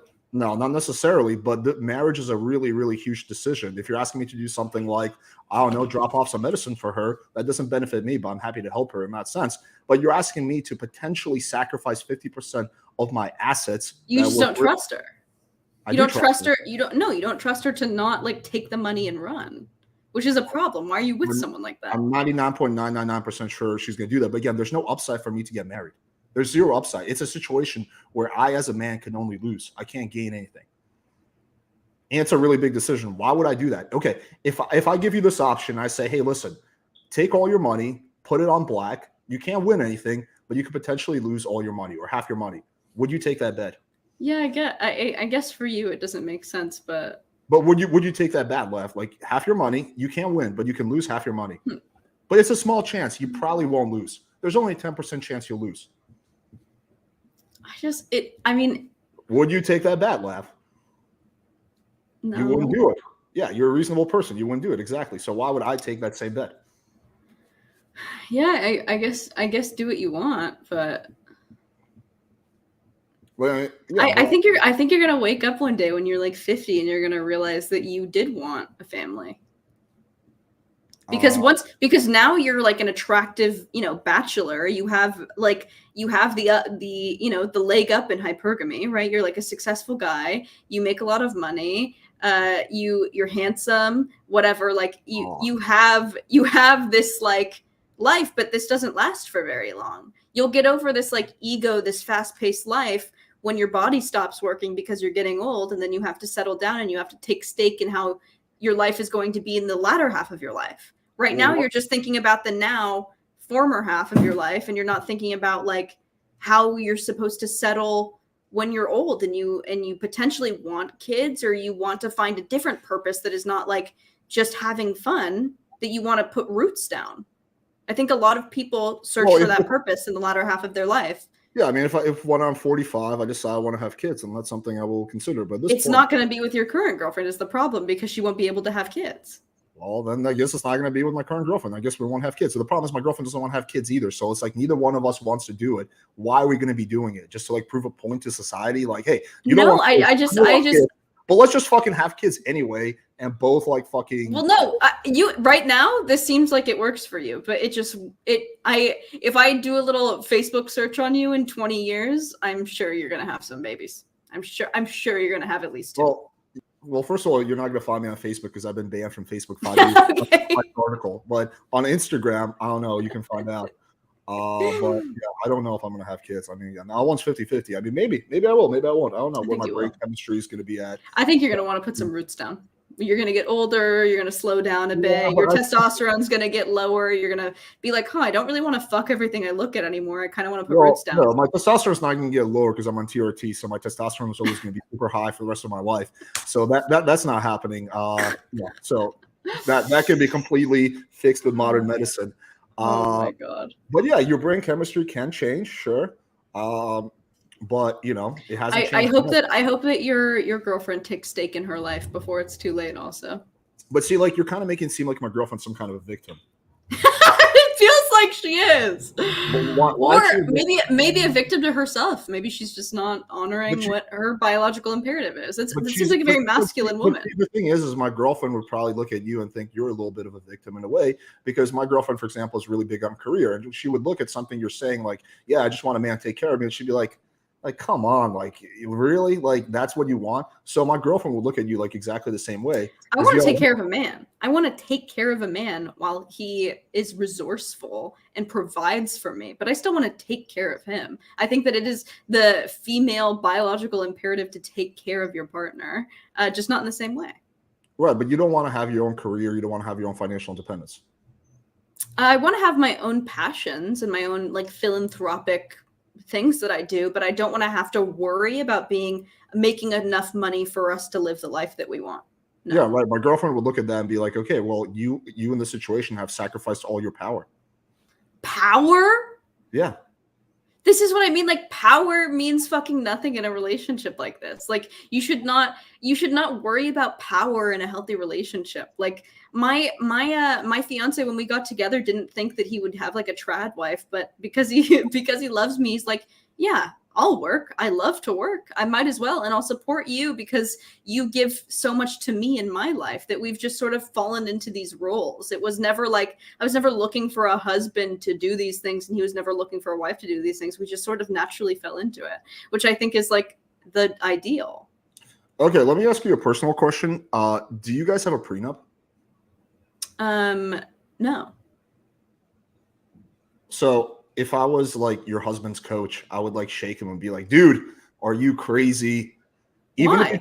Because I would be like, even if you really trust your wife, like, why would you not have that additional? I would never take, like, first of all, if I had given all of my 20s to him, all of my high tit years, my child rearing fertile years, if I'd given them all to him, and then we divorce at 35 and I have nothing and I haven't worked for this long because I've been raising his kids, I am entitled to financial compensation.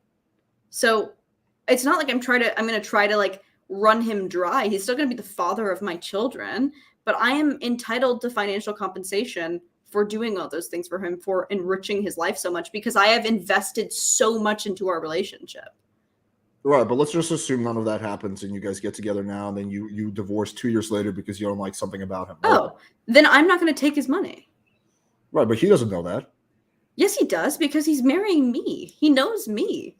But you don't really know a person. You can't tell when there's. Yes, you do really know a person. We were together for 3 years before we got engaged. Says talk to any single divorce. If he cheated on me right now, if he cheated on me with my mom right now, I don't care how mad I am, I'm not taking any of his money. Any of it. I mean, talk to any divorced person, they will all say, yeah, I thought I knew her. I thought I knew him, but, and there's always the but. When my parents got divorced, they'd been married for 20 years. My mom took nothing. Yeah, somewhat similar with. And she was entitled to a lot. That's just the way that I was raised. If you don't, you take what you need, and you don't take what you don't. So I think that if people raise their kids better, we wouldn't have to worry about not trusting people. Okay. I mean, I think from your perspective, I think like go you. I think it works out better for you not to have the prenup, obviously. If I was like your husband's friend or something, which I'm not, but if I was, or his coach, I would be like, dude. But okay, teach their own, you know. Hey. I understand the sentiment of wanting him to be careful, but I also don't think that you should go into relationships thinking that it's going to go wrong. But you have to protect yourself. Like I don't start every day. I didn't go into this business thinking that it could go wrong, but I acknowledge the fact that there's things that could pop up, payment processor issues, lawsuits, you know, anything and everything, right? So yeah, you don't want to be a fucking pessimistic, but you have to acknowledge the risk and you have to be realistic with the risk. You can't just ignore the risk. I don't know. I think that I'm taking a big risk giving all of my childbearing years to this man who could potentially not work out. That's like a much bigger. I mean, there's so many risks during pregnancy that are like your body chemistry changing and everything that I feel like we're taking the same amount of risk in what we're giving to each other. All right, teach their own. Let's bring on Ashley. All right, we're ready to bring you on. Sorry, we kind of got into a little side tangent, but we're ready for you. We'll bring on, while we wait for Ashley, we'll bring on Sarah, the Raging Tomato. Hello. Hey, Alex. How are you? I'm good. How are you doing? I'm good. Hi, Lav. How are you tonight? Good. How are you? I'm great. I just feel like there's maybe some contradiction in what you're saying versus what you're doing or what your beliefs are. And then what you say, yeah, you should do this, but oh, maybe you shouldn't. And I'm just maybe kind of looking for some clarification in a lot of it from you, if you don't mind. Go ahead. So I kind of want to back it up to this whole, like the whole piece about, oh my God, I totally just lost my entire train of thought. Sex workers, right? You were talking about sex workers, or even like the porn and the idea that they had to have been traumatized or something to enjoy, like, or wanting a guy to like call him a whore, things like that. Like, why, like, are you saying that all women who want that kind of sex are traumatized sexually at some point, that's why that happens? Certainly not all women, but I think that most women participate in feedback loops. Yes. Feedback loops, and that's what that's called. Yeah. So if a Freudian feedback loop would be like, you know, your father abusing you, so you seeking out abusive relationships as in adulthood. Like you're asking for a playback over and over and over again. But it's not necessarily conscious. So oftentimes it's actually unconscious. But yeah, you're seeking out these things because you're actively trying to replay for a different outcome, or because you're comfortable in the outcome of being treated poorly. I mean, you don't think that maybe you could just like it? I think that there are certainly people who do, but that's like a paraphilia, I think. Okay. Well, all right, fair enough. And then your concept of marriage, like earlier you were saying that you think that it's the woman's kind of role to stay home and be a stay-at-home mom and all of those sorts it could be of anyone's things. role. But earlier you were specifically saying, like, you know, women really don't need to work. That is their job, to be a stay-at-home mom, to take care of their children, to do all of these things. And then now you're saying that if your husband were to divorce you, you wouldn't take half of what he has, so on and so forth, because you believe that you already, like, you gave your half, he gave his half, like it's coming into the marriage to begin with, right? Sure, because I haven't had his children yet. I haven't sacrificed enough to feel like I can take his money. If I'm 35 and I've had, you know, his kids and I haven't worked for 15 years or 10 years, like I'm certainly going to take his money. Yeah. Not all of it, but I'm going to take, you know, half of it because I've given him a life. I've given him a legacy.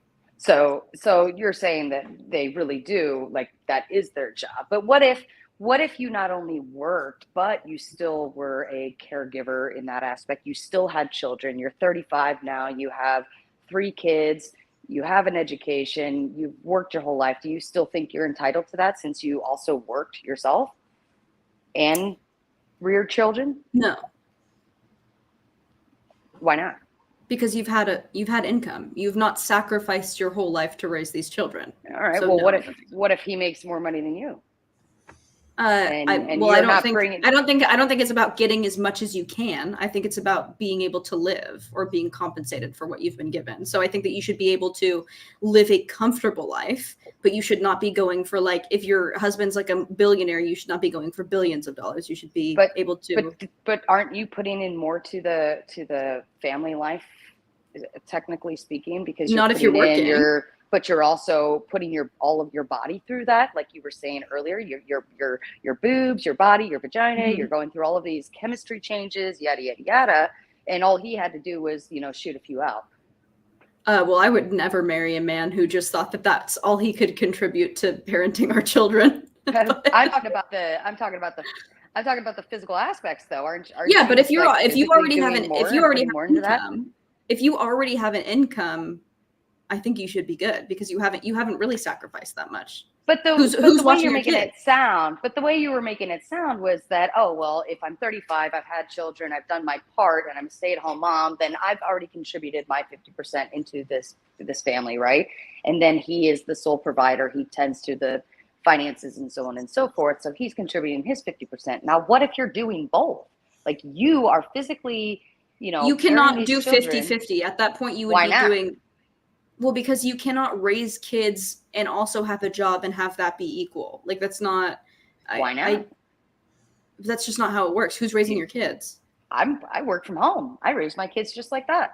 I don't think that. Well, if you work from home, you're not like fully available to your children at all times. But I make it work. Sure, but that's still, there are other people raising your children, whether it be like after school programs or your parents, their grandparents, or whoever's helping out. That's still like, that's not your job. Nope. That's I'm at home. I have literally 2 jobs: children and work. Sure. Does your husband just not help raise the kids? No, he works. He just works a lot. Okay, so he basically does nothing raising the kids. I mean, like on his days off he would, but I mean, what I'm saying is, though, like, I think I'm doing more, right? I just feel like this is a really unideal situation where 2 people are just trying to make as much money as they can, and you're not thinking about your children's future or what they need. I'm not trying to make as much money as I can. I'm trying to enjoy. So why do you have a job if your husband makes enough money? Because I like what I do. I like to work. What do you do? This is the girl that has a brain that likes to use it. I have a brain that I like to use also. Okay, so like, what's your job? I don't really want to say it, but it's good. It's a very good job. I use my brain. Would you do your job if you made $0? Actually, yeah. I've actually, when I started this job, it was like shit for money, and until I raised up and went to bigger, better things. And now I do make good money. But yeah, what are values that, like, you have out of your life? Like, what's your value system? Like, what do you want the only thing I worry about is, like, when I talk about, having like this traditional marriage, this traditional lifestyle, what I'm really thinking of is like raising my kids to feel completely loved, to have a very stable dynamic, to be like, I'm going to stay at home and I'm going to homeschool my kids until they're in middle school, and then I'll let them free. Like, this is, yeah. So I think that if you're not doing that, I'm confused on what the contradiction is and what really you're asking, because I'm just confused why, like, first you're telling Alex that, oh, well, you have to be getting something. You're like, she's getting something out of getting married, and you're getting something out of getting married. And then you're going into, okay, well, if you're married and you had kids and you're a stay-at-home mom, then you've contributed your portion into the marriage, and your husband contributed his portion into the marriage. Therefore, that's the only time you can, if and whatever, if you're to divorce, like, that you would feel like you're okay with taking money out of that concept, like walking away with something. But I wonder why you think that there always has to be, like, I have to get something out of this. Well, so that's not the way that I do look at it. I think that, I mean, me and my husband have talked about this before, but it's like, after we have kids, I'm going to be the mother of his children. He's going to want to make sure that I and his kids are taken care of if anything happens, like, because he loved me for so many years. So he's going to be like, okay, if we divorce, I'm still going to make sure that you are taken care of because you helped bear my children. It's not what I can get. It's what he wants to compensate me for and what he wants to give me to make sure that I'm happy. But if it was all voluntary, there wouldn't be divorce courts, right? It would just be. Yeah. Well, I think that people are getting married for the wrong reasons these days. I think that people are getting married because they're sexually attracted to someone and because they have fun together, and they're not thinking about like personal stake in their relationship and their values and what they want. With you saying that right there, then why are you nagging Alex about marrying Natty? I'm not. But you're sitting there. I just said he can do whatever he wants. I don't think that he will marry her. I think that he will get married to a younger woman in about 10 years. I don't know about that. I don't think I'm going to marry anyone, honestly. I just think but you even sat there and said, you even sat there and said, like, yes, I'm judging you on it. Yes, I think you, like, if you're not going to marry her, then, like, you know, like, why are you with her? And because I fundamentally don't understand it. But he even asked you, well, what am I getting out of it by marrying her? You know, and you're like, well, she loves me. If he doesn't want kids, he's already getting loved by her. Why do they have to go further? If he doesn't want kids or to build a life with a woman, I just fundamentally don't understand that. I don't know what prescription to give because I can't wrap my brain around it. Be careful with saying that kids piece, because what if I don't know Natty's physiology there going on, but what if she couldn't have kids? Then do they have no reason to get married then, like based on that philosophy? Or maybe they don't want to get married because people put that. Well, no, I don't think that you have to get. I think that it is. You get married to then have kids because it's like a financial decision, and it's like a unifying financial decision before you have children. So if you don't want children, it makes sense that you don't want to get married. Think about it like this, Lav. I personally don't understand why people have kids. All my cousins have kids. And I look at that and I look at them like, this is misery. You guys get no sleep. Your whole life revolves around the kids. You guys seem miserable and cranky all the fucking time. Meanwhile, I get to have fun, enjoy my life. To me, people having kids, especially my age or younger, to me seems like the pinnacle of insanity. However, at the same time, I don't think you're crazy or irrational for wanting to do that. Hey, I get it. You know, it has its appeals to you. I've heard the arguments for having kids. I don't think you're crazy or irrational. But I think like you should have that kind of view for me as well. Like, yeah, there's clearly reasons why someone doesn't want to get married and have kids, especially as a man. Yeah, I really do. Like, I just don't understand it. You can do whatever you want, and I'm going to judge you for it because I just don't understand it. I think that's normal. But you can do whatever the fuck you want.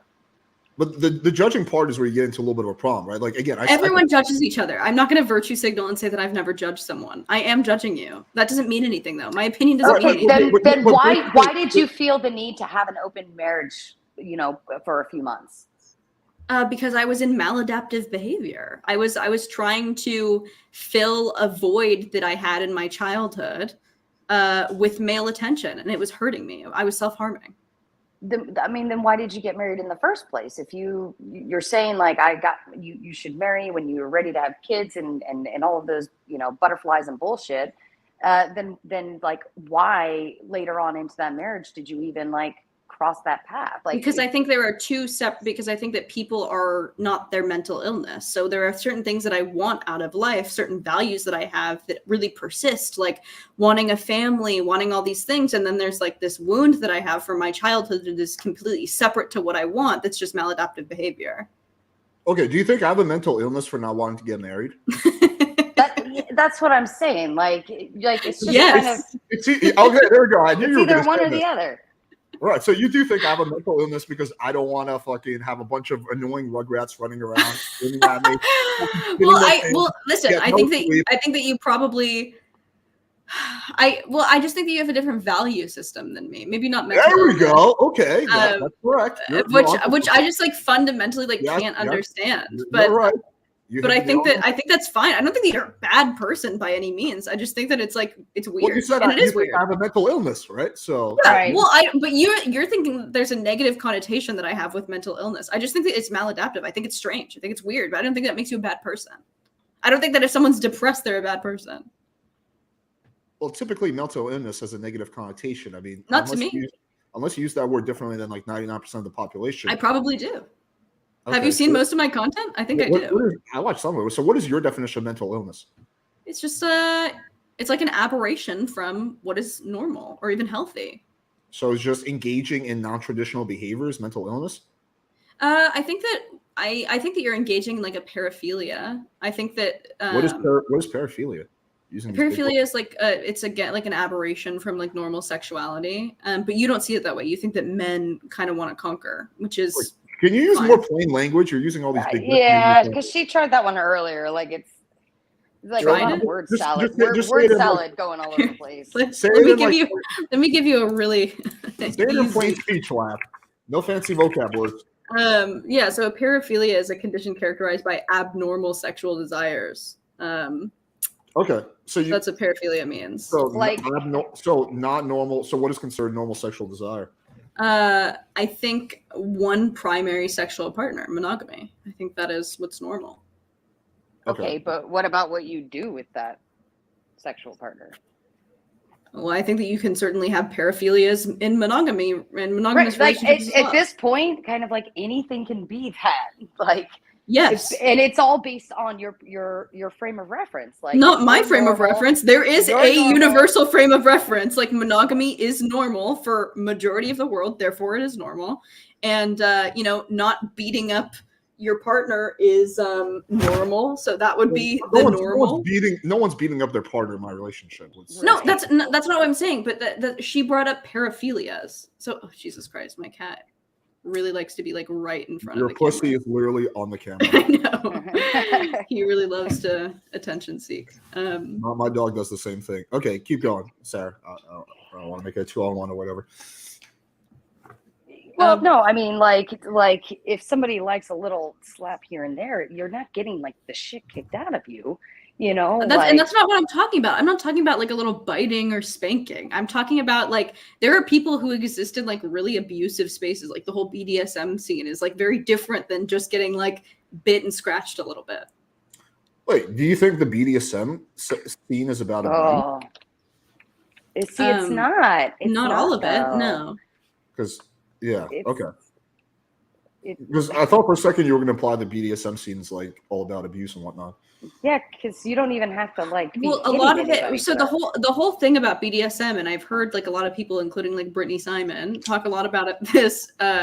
In like the hallmark of BDSM is that you are put in positions where you then disassociate, or like replay trauma, or feel like you have power, which is maladaptive. Like no therapist would be like, yeah, go do a BDSM scene about this. Well, Like, maybe that's sometimes. Have you ever thought maybe sometimes it's about giving power to somebody else, not necessarily having power? Sure, but that's also maladaptive. You guys seem to focus a lot of your lives on power, which is just like I don't understand whatsoever. Maybe it's because I'm existing in the feminine and I don't see the care for it or the need for it. But I just don't think that relationships or your philosophy on life should be about power. I think that you will live very unhappy if you are egoically living thinking about power. No, I think you should be aware of it. Okay, do you think let me pose the question like this. Do you think being gay is maladaptive? Yes. Okay. All right. Well, at least you're consistent. I don't think there's anything wrong with it. Most of my friends are gay. I'm bisexual. Who knows why the fuck it happened, right? So then but you- it's an aberration. So you would be maladaptive too then? Not necessarily maladaptive, but it is an aberration, right? Like it's not the normal. Well, the normal is being straight. If you're bisexual, then you're maladaptive. No, it's an aberration. Maladaptive is like when I say maladaptive in response to like you not wanting to connect with your partner in a very committed way because out of fear that you're giving your power away. That's like it's maladaptive because you're not trusting your partner. So like mal implies bad, that it's a negative behavior. So like being gay isn't bad. Like that's not bad. That's not going to affect you in a negative way. Would you say it's like a mental illness, being gay? I think it is in the DSM. It is definitely an aberration, but it's not bad for you. Like you're not harming yourself. But you're harming yourself by not trusting a primary partner. Yeah, well, because if you're going to say that me not wanting, I was gonna just say, you have to say that being gay is a mental illness. You have to say that being a lesbian is a mental illness. Well, no, I don't think because gay men can have like a very beautiful relationship in which they both trust each other and share their lives together. That it would be maladaptive if a gay person thought the same way as you and didn't want to give their power away in a relationship. That's maladaptive. But they're existing in an aberration, a sexual aberration. Yours is more than a sexual you wanting to sleep with other people and is an aberration, but you not wanting to share a life with your partner and not trusting them is maladaptive. I'm gonna need to have like a fucking vocab thing open. Okay, Jesus Christ. I've never heard this word Aberration means different than the norm. Maladaptive is like a bad. Yeah, it's like you've learned something wrong.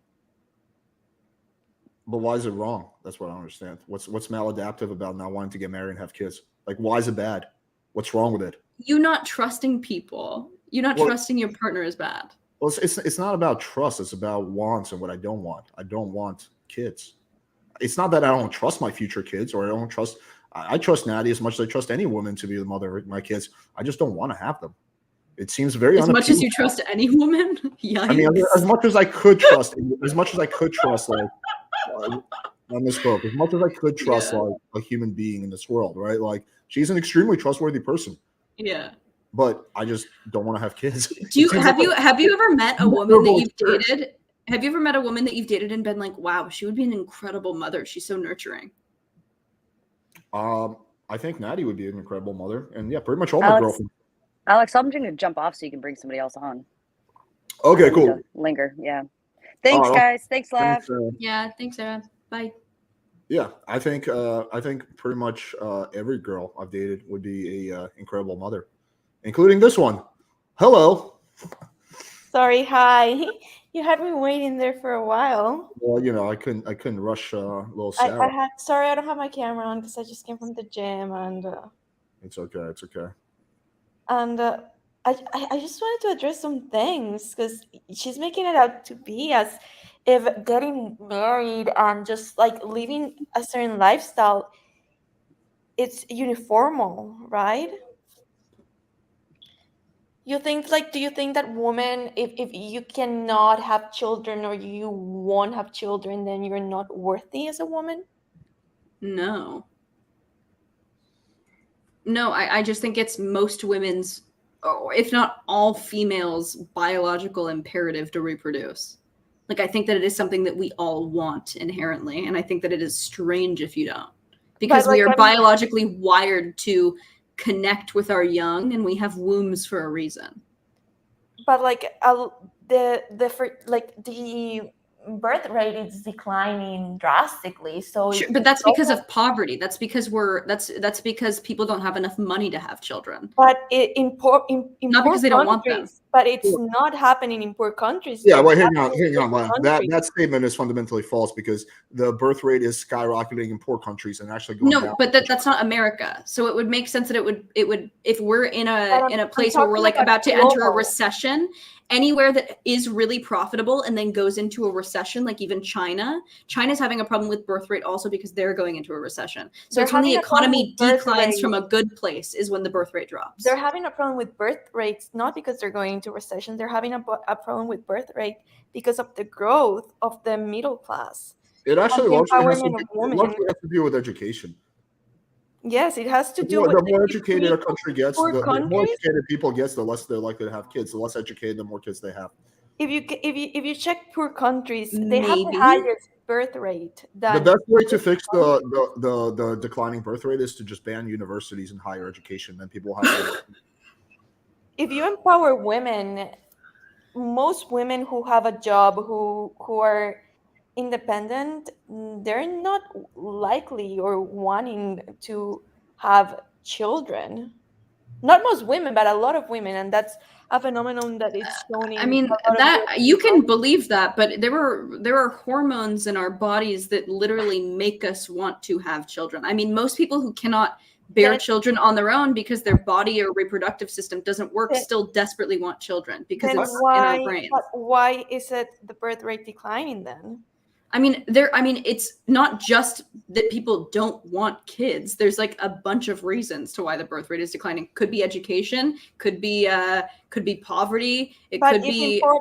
if in poor countries, I think that birth we're rate also is entering a not technological declining. age of narcissism where people don't want to share their lives, so they want to just be young and hot forever. I think that's a big Yeah, contributor. I would probably agree with that. I mean, I think it's really but simple as so does education. that shows that it's maybe not ingrained in every woman's. Well, no, I think that want to have- selfishness and narcissism is just taking a foothold and distracting us from our biological imperatives.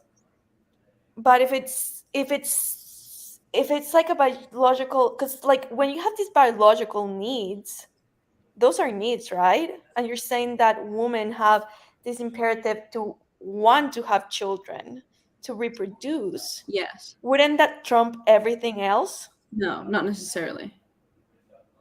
Wouldn't, like, when I have to pee, I mean, that trumps everything else. Sure, but you have to pee because of right? urgency. When You don't you have to have a have to- child because of urgency. But I mean, we as women do have an urgency to have children. Don't we have a biological clock?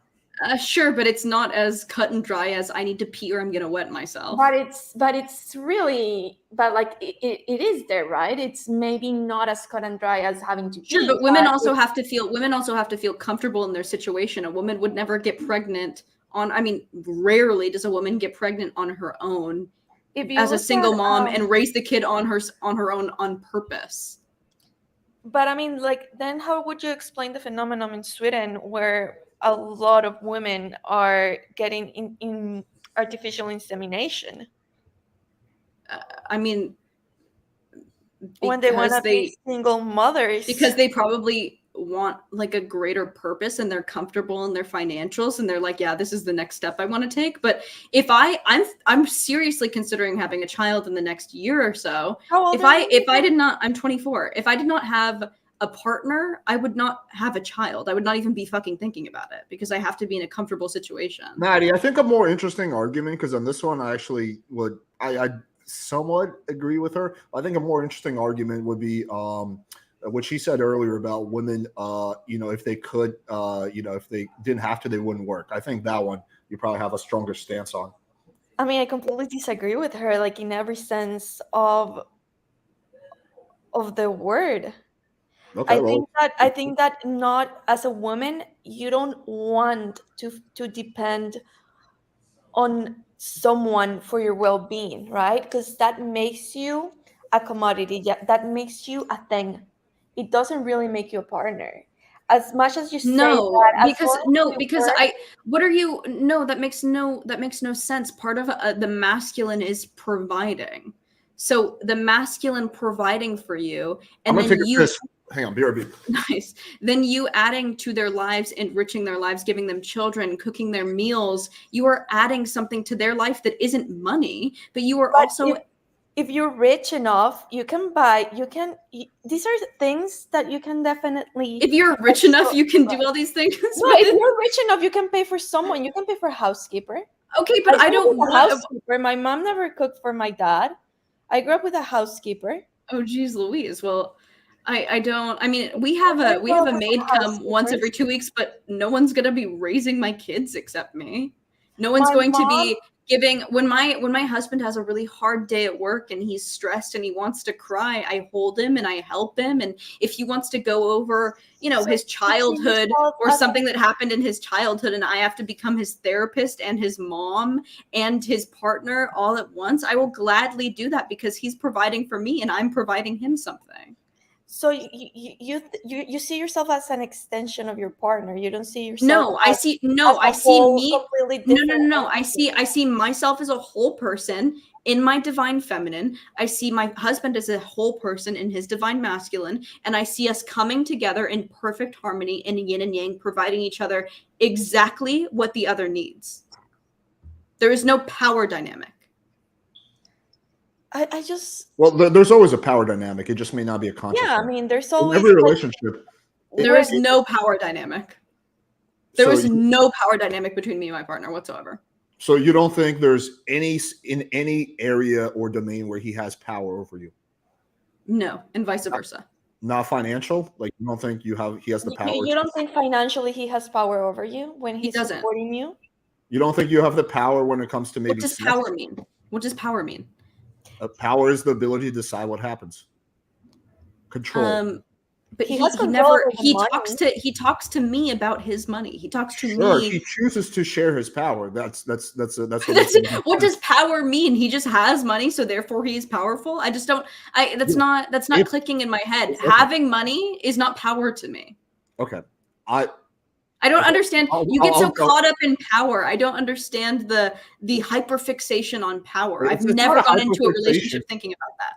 But you don't have to think about it. But just because you haven't thought about it doesn't mean it doesn't exist. Okay. It does not exist because my partner doesn't think about it either. So in our relationship, it doesn't fucking exist. Okay, just because you guys don't think about something doesn't mean it doesn't exist, right? Like I don't think about fucking, I don't know, alligators. No, you have to think about power for it to exist. You need to be able to exact the power for the power to exist. No, I rarely think about power too. It doesn't mean it doesn't exist. I guess that there's an unspoken power dynamic between us biologically because he can kill me with his bare hands because he's bigger than me. That's part of the power. But if he never does it, then what does it fucking matter to me? It doesn't necessarily matter, but it doesn't mean the power dynamic doesn't exist. You can't deny its existence, right? Okay, then I guess in the same sense he has power over me now, but we have no prenup, right? So I have the power to take the money away from him if I wanted to. The lack of prenup gives you substantially more power than if there was a prenup. Sure. The lack of prenup. We're trying to equalize. We're trying to equalize our power as much as we can, and to us that means no prenup. Okay, yeah, sure, that's fine. But I'm just saying, like, there is that power dynamic. If there was a prenup, you would have less power in the situation. Sure, and I don't think he'd ever put me in a situation where I was at a disadvantage. I don't think that he seems like a very nice guy, and that's awesome. You think you're putting yourself in a situation where you're at a disadvantage? Like, it exists. Like, I would never in a million years hit Natty or hurt her. It doesn't change the fact that I could kill her with one punch because she weighs 100 pounds. Like, just because we wouldn't act on something doesn't mean it doesn't. Okay, so why even acknowledge it? That just feels like a corruption of the relationship. Because if the relationship goes sour, the power dynamic becomes. Then you acknowledge it when it goes sour. But why would you acknowledge it if it's not going sour? Right, but if you're already in a situation where the power dynamic is completely against you, and then the relationship goes sour, then it's too late to acknowledge it because the other guys are just existing in this like doomsday scarcity thing. It's not doomsday. Yes, where you're like waiting for something to go. What about building the relationship so that nothing goes wrong instead of worrying about if it could? You can't. If me and Connor start to have problems, immediately to therapy. We've gone before. We're building our relationship to each other, building each other up, making sure we have the best chance. Sure. We're not thinking about what we're going to do if something goes wrong. We're thinking about how can we make this right? How can we make this the best? Yes, you're optimistic. That is good. That is exactly how me and Natty are in our relationship. But just because you're optimistic, that's good. Right. People who are not like that should not be in a relationship. Right. You should be optimistic, but at the same time, you have to be conscious of the possibilities. What happens if this goes wrong, right? I would never be with a partner who I had to worry about that. I think you have actually in the past acknowledged this. You're like, well, if I sacrifice my childbearing years for this guy and it goes wrong, I should be entitled to some of his money. That is you. Sure, these are beginning things that you do in a relationship. These are things you do during the courting process, and then you never think about it again because you're building. Well, I think you periodically do have to think about, okay, well, if this is going wrong, but okay, you can do a relationship any way you want. My point is that just because you don't think about it doesn't mean there's no power dynamic that exists. There's power dynamic that exists in any relationship. Sure. Okay, there we go. That was the point I want to make. It's just when you focus on it, it becomes a detriment. I'm not saying you should focus on it. That's not what I'm saying at all. I'm just saying you have to acknowledge its existence. And sometimes you have to be careful that you don't get into a situation where all the power is stacked against you. Meaning, like, that would be like me. I'll give you another analogy. Me getting into a business contract where the other person has 100% of decision-making powers, right? And if our business separates, I have no protection, and he has all the money. That would be a very bad situation to get into. Now, I'm still going to try to make that business works, but if the business goes wrong, I don't want to be in a situation where I'm totally fucked because I signed a really, really bad contract, right? It's like having an insurance policy, right? So what would happen if your husband dies? Life insurance. Yeah, but like how much money would you have from that life insurance? A lot. Like how much? And how much would you be able to live of that life insurance? If he makes $1 million a year, I mean, So how much would your life insurance be? multiple millions of dollars. So do you have a specific amount? Not yet. He's still very. I mean, we're young, so I think you usually take out life insurance when you're older and you have more of like a resume and like, more of a body of work. But it's at this point probably millions of dollars, $5 million. So with $5 million, would you be able to leave? Like, let's say you have 3 children. I would have to go back to work, and I would use that money, live beneath my means, and then go back to work, which is fine. Do you think that you just will be able to just enter the career world? Like, yes, I think that every woman should be educated. I think that every woman should be educated. I don't think that you should not be educated and then go directly into being a mother. I think that you should gain job experience. I also think that you gain job experience as a mother. So I think after that, your first thing would be like, okay, could you be a midwife? Could you be a nurse potentially? Could like you look at vocational jobs? Could you be a caregiver, a maid? Like all these things are fine livings also. And then your kids grow up and then hopefully they provide for you. So you think, but like in most cases, it doesn't really work like that. Most women who it will work like that for me. Of the labor force, they're not able to find work easily. That's a fact.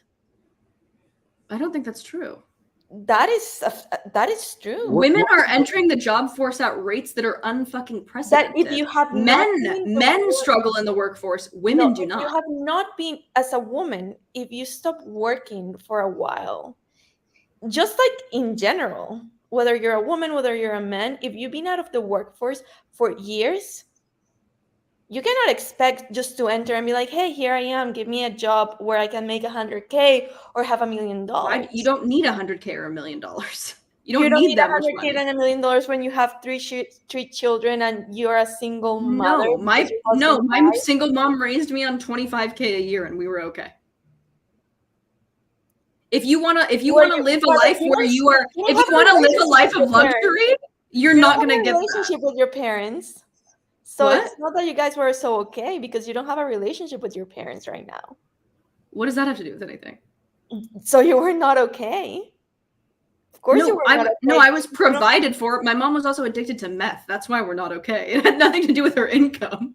So you think that you were provided and you guys were okay when you had like a crack? I always ate. I always had a house above my head. I had great Christmases. Yeah, I was definitely provided for. But that's enough for a child, though. No, that's not enough for a child. My mom also should have not been on meth, and that would have been enough.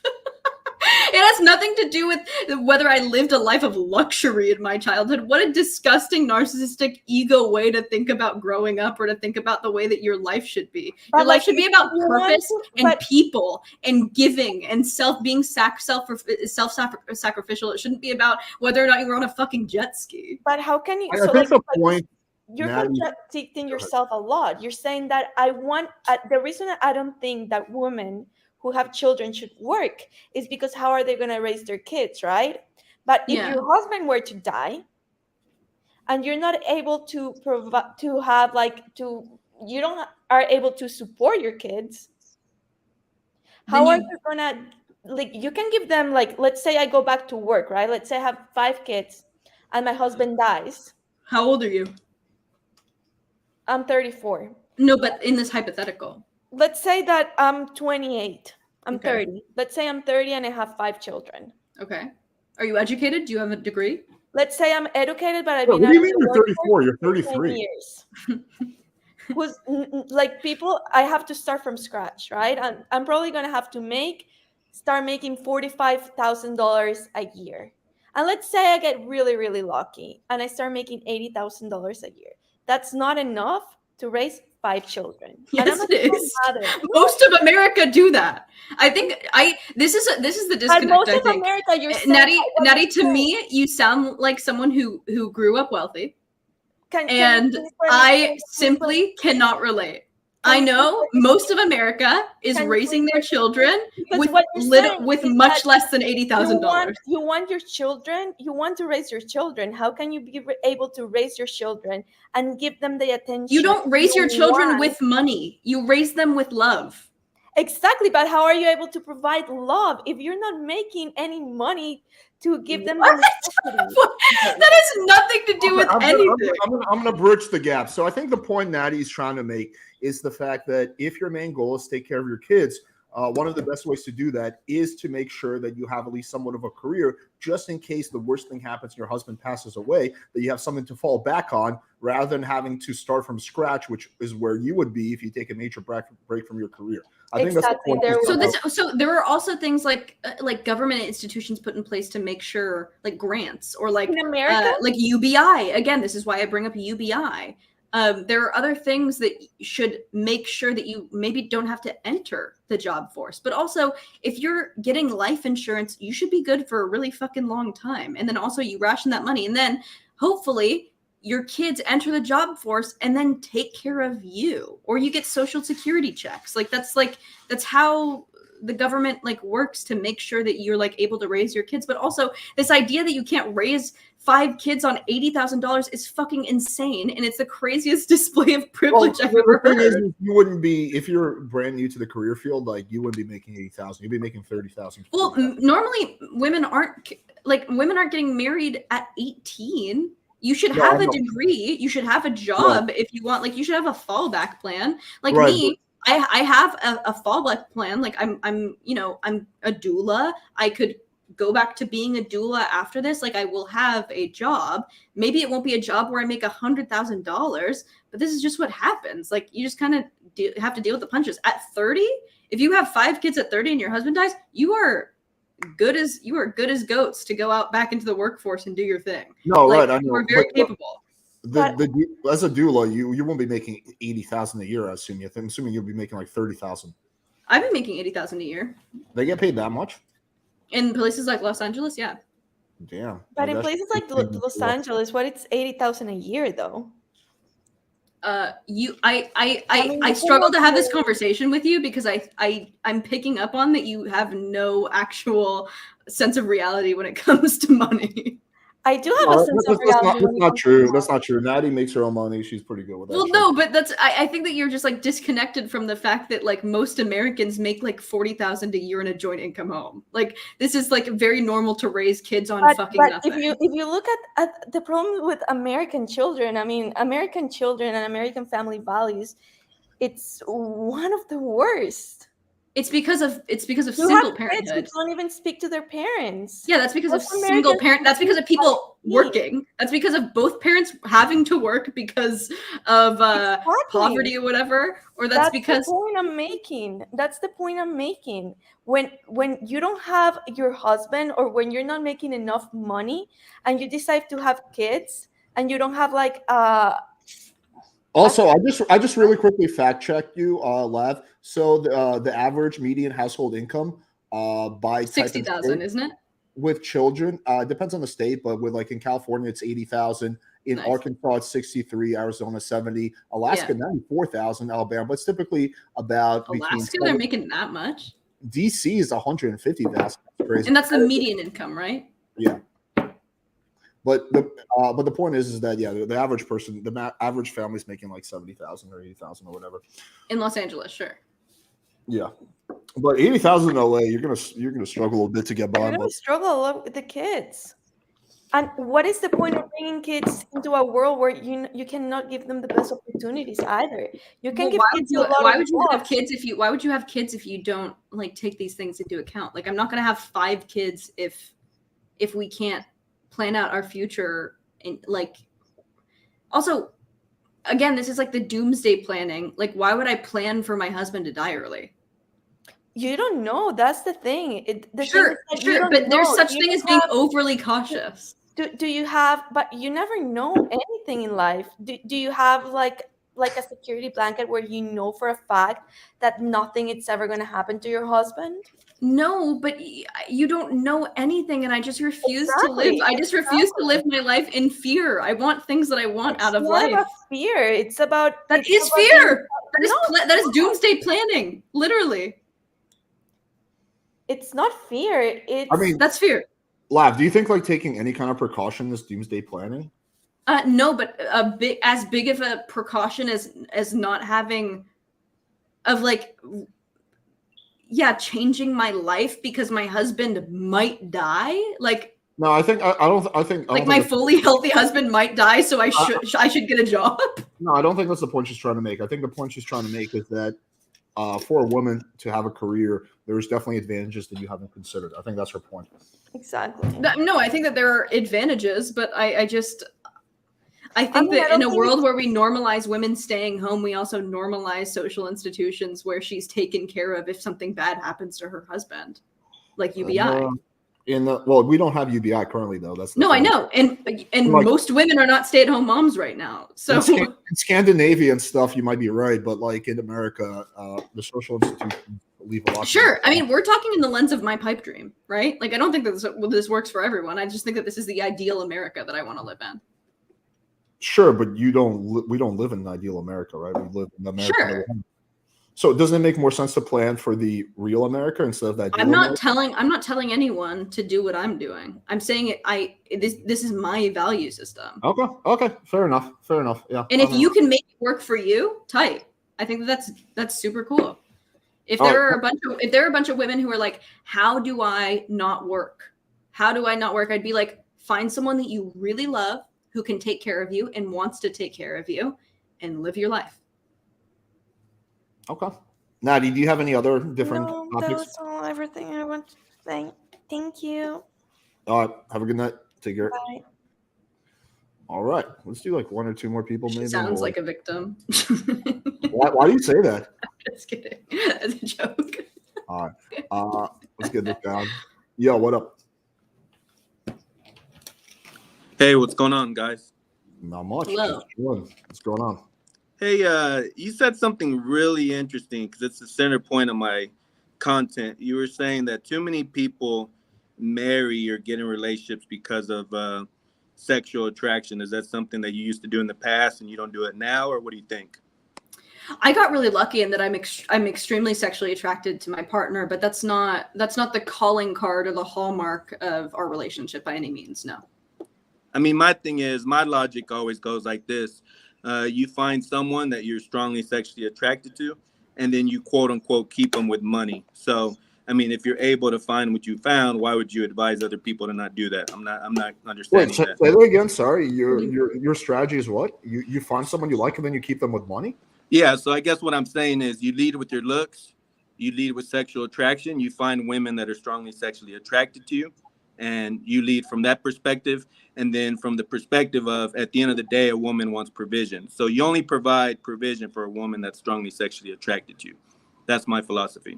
But why not just get a girl who has her own money?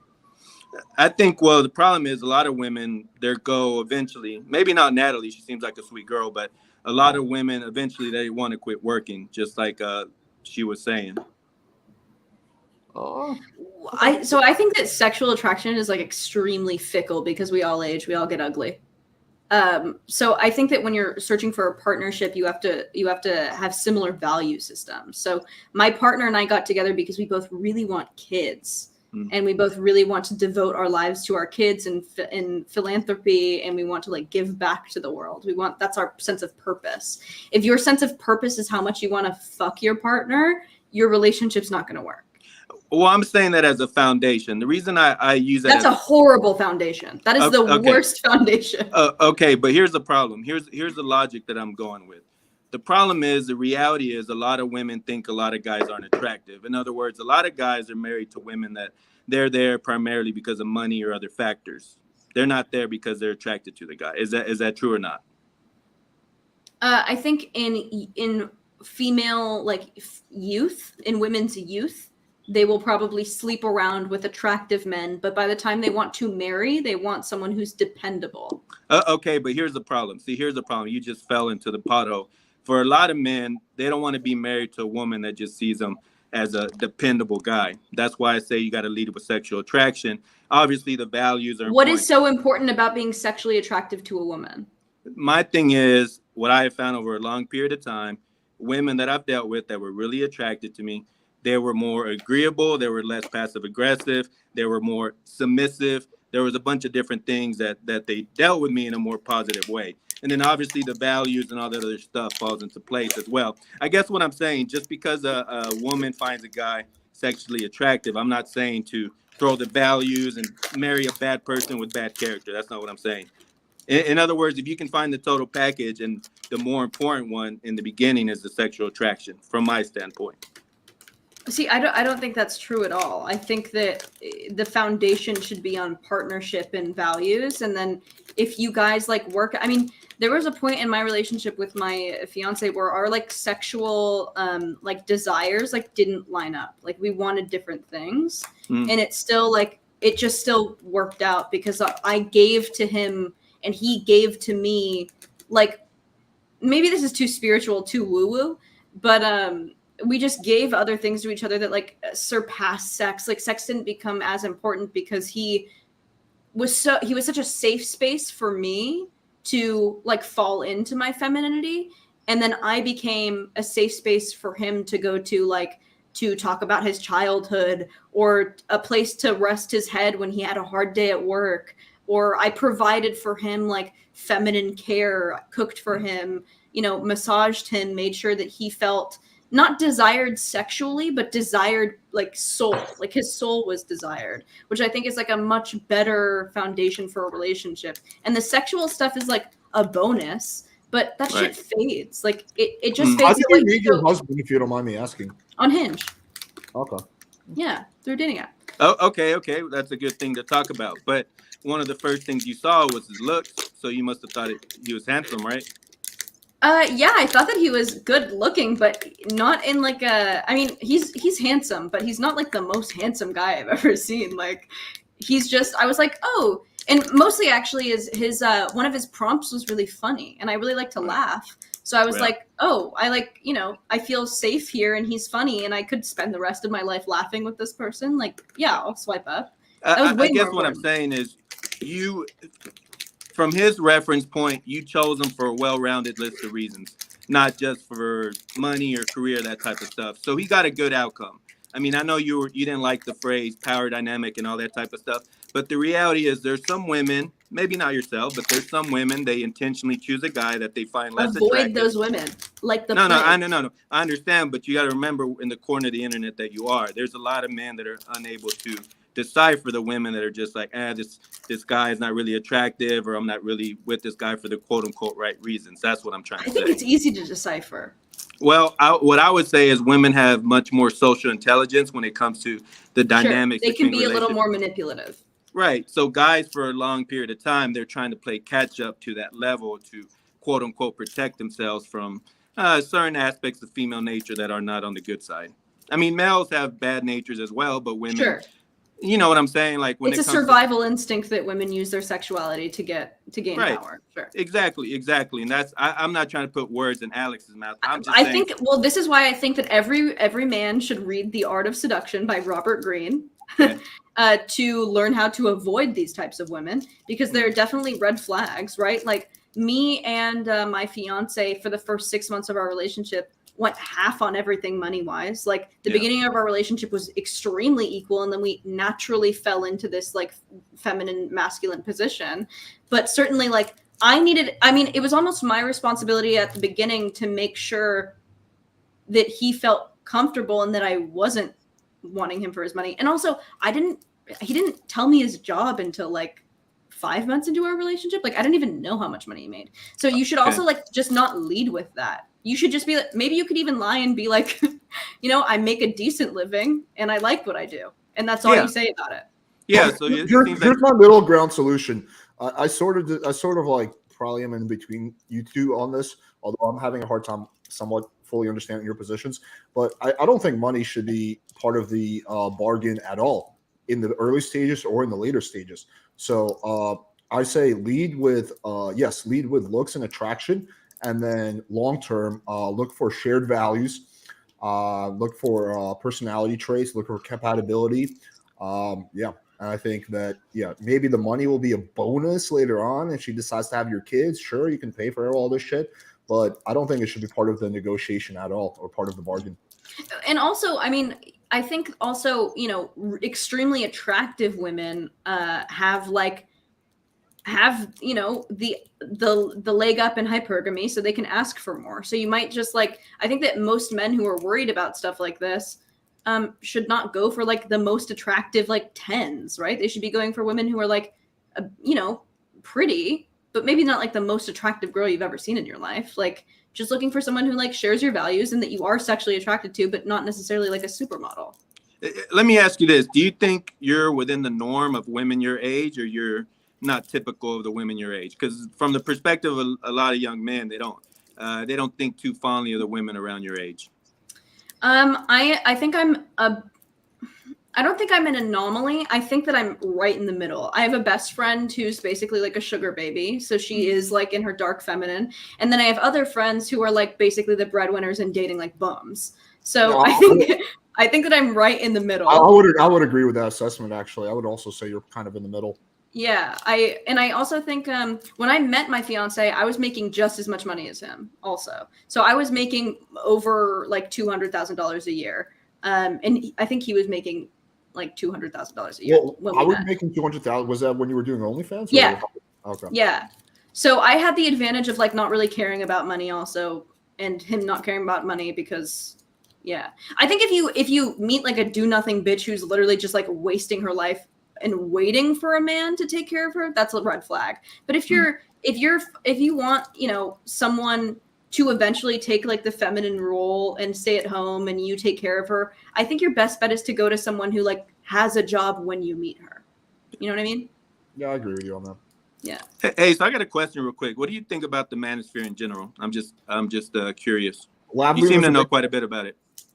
She's a fangirl. She's going to subscribe to all our channels after this debate. I think some of it's good. I think intersectionally it's pretty bad. I look at a lot of white manosphere content creators or Latino content creators, and it's very different than Black content creators. I think that the Black manosphere is so toxic in a way I've never seen. And I talked to this girl, Annalicia, who's been on the panels with Destiny the past couple of days, and she has laid it out for men, and every single Black man who comes on just proves her right. It's fucking crazy. It's and these are the fresh and fit guys who are women are less or lower than us on the totem pole. We're masculine men. And that's what it is. Or people like Kevin Samuels will bring women on and embarrass them for views. Wait, and it's you think that's a race thing? I never thought of that as a race thing. I don't think it's necessarily a race thing because they're biologically whatever. I think it's a culture thing. I think that there's also a lot of non-toxic Black manosphere, like Duke and Don. That guy's not toxic at all. But what is known is fresh and fit Kevin Samuels. Those are the big ones. Well, fresh and fit. Even Andrew Tate to some part. Well, fresh and fit, they don't associate too much with the Black manosphere. Really and truly, they're just. I don't want to say they're white manosphere. They're just kind of floating their little island. Yeah, I don't know if there's if the Black manosphere is somehow more toxic than the white manosphere. First of all, I think there should only be from one experience, from viewing it, it's much different. At least the way that they treat other Black women. Maybe not even white women, actually. In fact, I would say that the Black manosphere really puts white women on a pedestal and really denigrates Black women. I don't know, because I know white manosphere guys who are toxic as fuck, and I know Black manosphere guys who are not toxic as fuck. I also know Black manosphere guys who are toxic as fuck. I haven't seen any kind of, I'd have to really think about that, but I haven't seen any kind of correlation between the Black manosphere being a little bit more toxic than the white manosphere. I don't know. So many counterexamples. Sure, you can think of counterexamples, but I mean, I can show you a couple of Mahogany Pink YouTube videos, and it's basically like the counter for the Black manosphere. It's like the Black feminist perspective, which I don't necessarily agree with. I think she's like toxic on the other end. She's like, that's toxic masculinity. She's toxic femininity. But it talks about like, I mean, Black men are like hypergamously, like very like they're doing really good in the sexual marketplace because there are just more Black women than there are Black men. So there's like this sort of scarcity position in which Black men are like really sought after with like.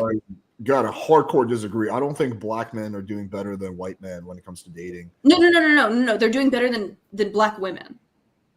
Oh, yeah, that could potentially be true. It is true. They are doing better than Black women because they're dating interracially in a way that Black women are not. Yeah, well, they find that Black women are like the least desired of all types of women versus. Yeah, so this is what men, that would be more like Indian men. That would be the least desired. Sure, but this is like a problem. This is like a huge. This is like going into like meta conversation about like racism and its roots and culture and Black culture. This is like 60 different conversations at once. So we can stay on topic. I don't think it's inherently because they're Black that it's toxic. I think that there are just a couple of content creators that I know of, like the Fresh and Fit guys or Kevin Samuels or there's that one big one who also is just like extremely rude to Black women. But that's like what I think of when I think about like the manosphere. But I think that to answer your question, overall, I think that men need a safe space in the same way that women need safe spaces where you guys can just bro out, do your thing, talk about whatever you want, talk about women, talk about money. And I appreciate the space for making it feel like men are less lonely. Yeah, I guess I was referring more so to the concepts because it sounds like you're pretty well versed in some of the concepts. Hypergamy, red pill, and all those other good topics. You might even know the 80-20 rule. It sounds like you know a lot more about this space than most women that come over here. Mm-hmm. I do a little bit of research. Yeah, I mean, it just sounds like you chose a guy for the quote unquote right reasons, and y'all equally yoked, and it sounds like y'all have a healthy relationship. And I think a lot of guys are looking for something similar. But it seems like, shut up. Seems like it's going pretty good so far. Okay, do you have anything else tonight? I want to get like one last person on. Hey, that's it. Hey, I really appreciate it, Alex. Have a good one, guys. Thanks for coming on, dude. Appreciate you. Bye. Let's do one last person. Let's do this guy because he's been waiting for a minute. Vikram. Hey guys, can you hear me well? Yeah, we can hear you. Yeah, so Lav, I wanted to ask you a question about sex workers. You agree that we should be respectful of like sex workers, right? Yes. Then why did you call Amaranth a piece of meat who's being objectified at the expense of women? So I think that I don't think that we should respect sex workers because they're sex workers. I think that we should do things like be respectful on like a person-to-person basis. Like we shouldn't denigrate them or think of them as subhuman, right? But I think that they are just as ripe for criticism as anyone else is. So when Amaranth goes on stream and basically like sublimates herself to like, I'm just a pair of boobs, come look at me, I'm taking a shower, and doesn't like... Are you not attributing that to her though? She doesn't say that about herself, right? I mean, she doesn't say that about herself, but it's her actions.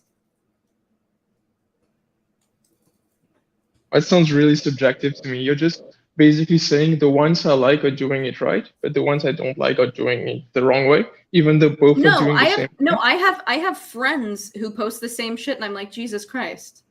I'm like, come on, don't do this shit. It's not about whether or not I like someone. It's what they're doing. So every woman has a personal responsibility to uphold their self-respect. And if you're not doing that, that's a problem. And I don't think that she should be called like subhuman. Nobody should stalk and abuse her, right? I don't think she should lose her platform, but I think that there is a way that she can handle what she's doing way more responsibly. Okay. And on your Patreon, you said there won't be any like pornographic stuff, right?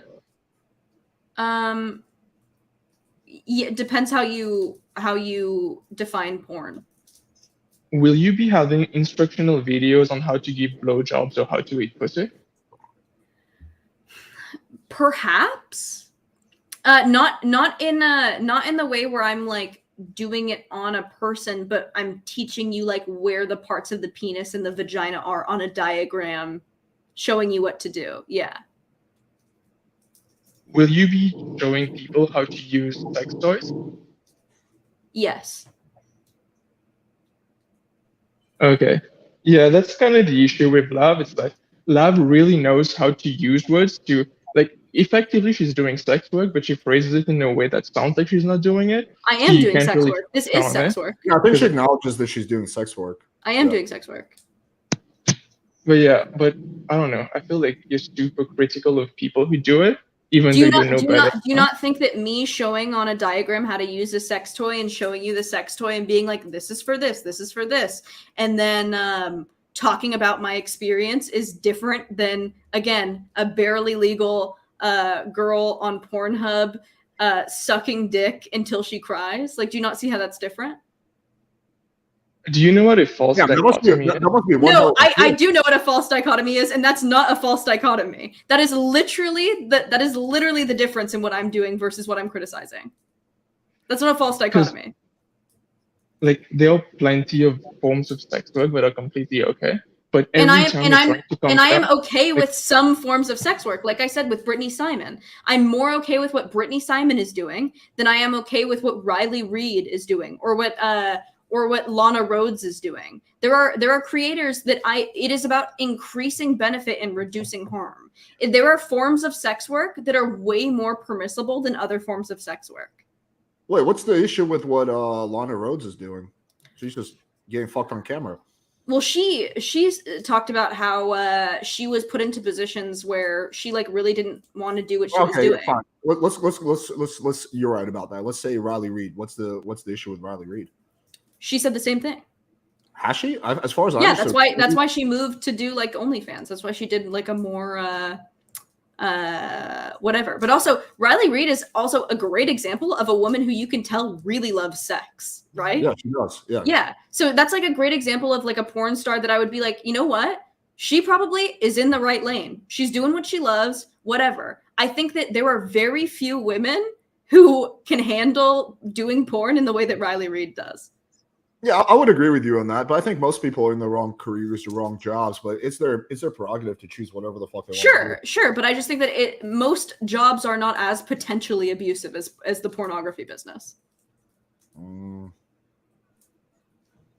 I was also wondering, if the sex work business is so tricky, it's so sketchy, why not go make music, right? Because you've been shouted out by Billie Eilish. You have quite a big music like stuff going on. So why not just shouted out by Billie Eilish? How the fuck did that happen? I made a good song. She liked it. Okay. I really love music and I'm really passionate about music, but I'm also really passionate about sexual education and sexual enthusiasm. I'm very pro-sex. Like, I don't want anyone to get it twisted that I'm not like pro-sex. I'm extremely pro women's sexuality, and especially women finding their own sexuality outside of the male scope and vision of their sexuality. That's like a very big passion of mine. So if you find there's this woman, Zoe Ligon, who's like this sexual educator on Instagram, and I really have always valued what she's doing because it made me realize that a lot of my sexual desires weren't my own and actually just desires that I thought men wanted of me. Like, they wanted me to act like I was younger. They wanted me to have a higher voice when I moaned. They wanted me to do all these, they wanted me to fake orgasms. And then I realized that I could just have sex without performing for a man, and I can enjoy sex. So instead of sex being something that was done to me, it was something that I could actively participate in, which is like a really big passion of mine. So I want to explore that more and talk to women about their bodies more. I think there's nothing wrong with that as long as you're not shaming women for making different choices. But yeah, I think there's nothing wrong with you. I think I can be critical of women making different choices, but I won't shame them. They can do what they want, but there's criticism to be made, I think. Yeah, I'm not ashamed. I'm just gonna say they have a mental illness. Exactly. or you'll call them a piece of meat who's being objectified at the expense of women. Well, It really depends. I didn't call Amaranth a piece of meat. I said that she was presenting herself as a piece of meat. I didn't say that she was a piece of meat because I don't think that she's a piece of meat, but you can absolutely present yourself as a piece of meat. Okay, but yeah, anyway, I have to go. Thank you for having me on, Alex. All right, cool. Thanks, Vikram. Hey, you mind if we do one more real quick? This guy said 5 minutes. Let's do it. All right. Stefan, what up? Can you hear me, Alex? Yeah, no monologues. Yeah, you can stop me whenever. I just I'll try to be quick. My first question is, if you think Alex is maladaptive or whatever because he has a one-way open relationship, wouldn't you be considered maladaptive because the majority of women don't have an OnlyFans while they're in a relationship or while they're married? So that's not maladaptive. That would be an aberration. These big words. Okay. Yeah. So a maladaptive is when you adapt, but like poorly, unhealthily. So like me having an OnlyFans is not adapting unhealthily. It could be potentially unhealthy, but it's not something that I adapted to. So you don't have a mental illness, but Alex I do. does. Oh, you do? No, I do have a mental illness. Not about my relationship, not about the way that I connect with people, but I do have a mental illness, yeah. And with the monogamy thing, you said that was normal, but you can correct me if I'm wrong, but haven't humans existed more so or like way longer without monogamy than they have? No, like, I don't know. So exactly bonded. This is a myth. Bonded pairs have existed as far as we can go back. Always, they always existed. But was it like literally monogamous, as in there's no side things going on at all? Because I've never heard of it being. So if you're making, I think that an open relationship can work. I think that it gets hairy when it's one-sided. Oh, I disagree. I think it's way better when it's one-sided. Of course you do. No, I'm not saying that because I'm a bias. I can present like logical arguments for that. And I think it can work. It can't work for the sort of relationship that I want. But if you're someone who like doesn't want kids and you want, this is what I will say is I think that if you want a really deep, centered spiritual relationship with you and your partner, and you are people who like want kids and want that sort of life, I do not think that an open relationship is sustainable. Well, yeah, I'm too lazy for it anyway. Yeah, fair enough. My last question is, with the Black Manosphere, because you said from your experience, I'm going to go out on a limb and assume you watch the most extreme channels.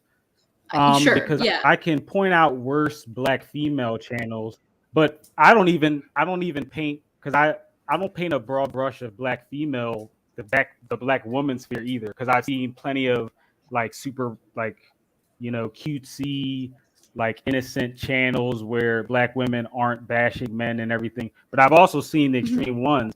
But to your point, I can point like Black Manosphere guys who like first off don't like fit. Plenty of them didn't even like Kevin Samuels, so I don't really consider toxic if you watch his long form videos, about his viral clip, where they really weren't representative of it, because 90% of his content was him talking about like and making money and this, that, and the third, trying to raise up the corporate ladder and be more classy and be more like he was his whole thing was like representing different like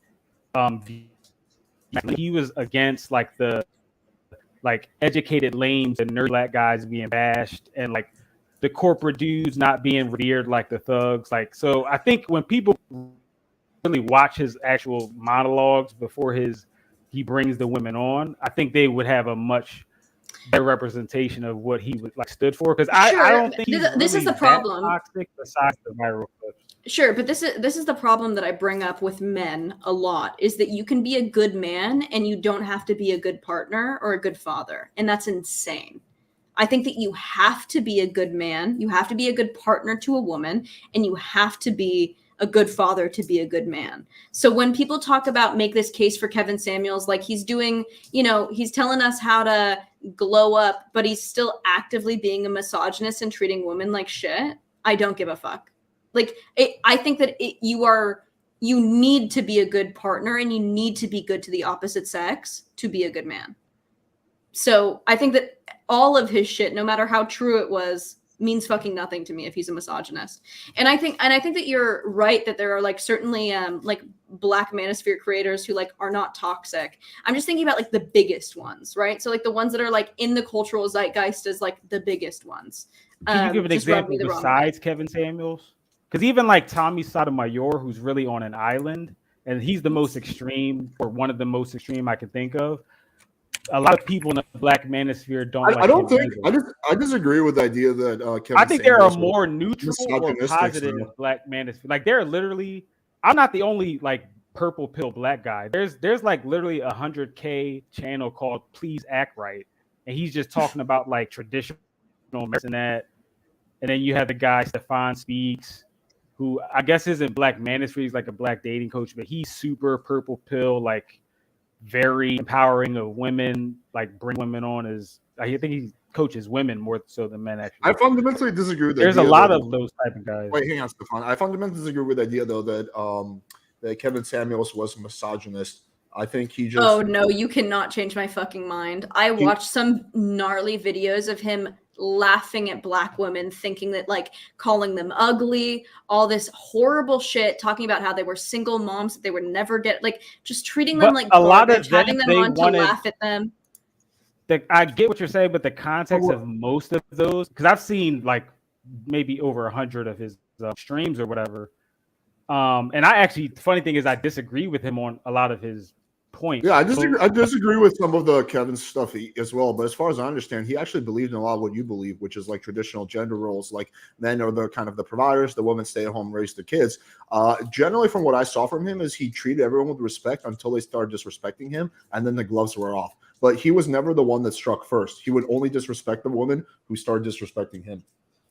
And my last point, a lot of those clips where he's like insulting the woman because of her weight or whatever, it was only in the context that these women harshly and they're like, oh, even guys that are above average, they're not enough for me. I need a guy that makes this amount of money, that's 6'4", that has a six pack, that also has an educated or that's educated, that knows how to fight, that is good in bed, that has perfect teeth, perfect hair. Like they would have the most outlandish standards for men.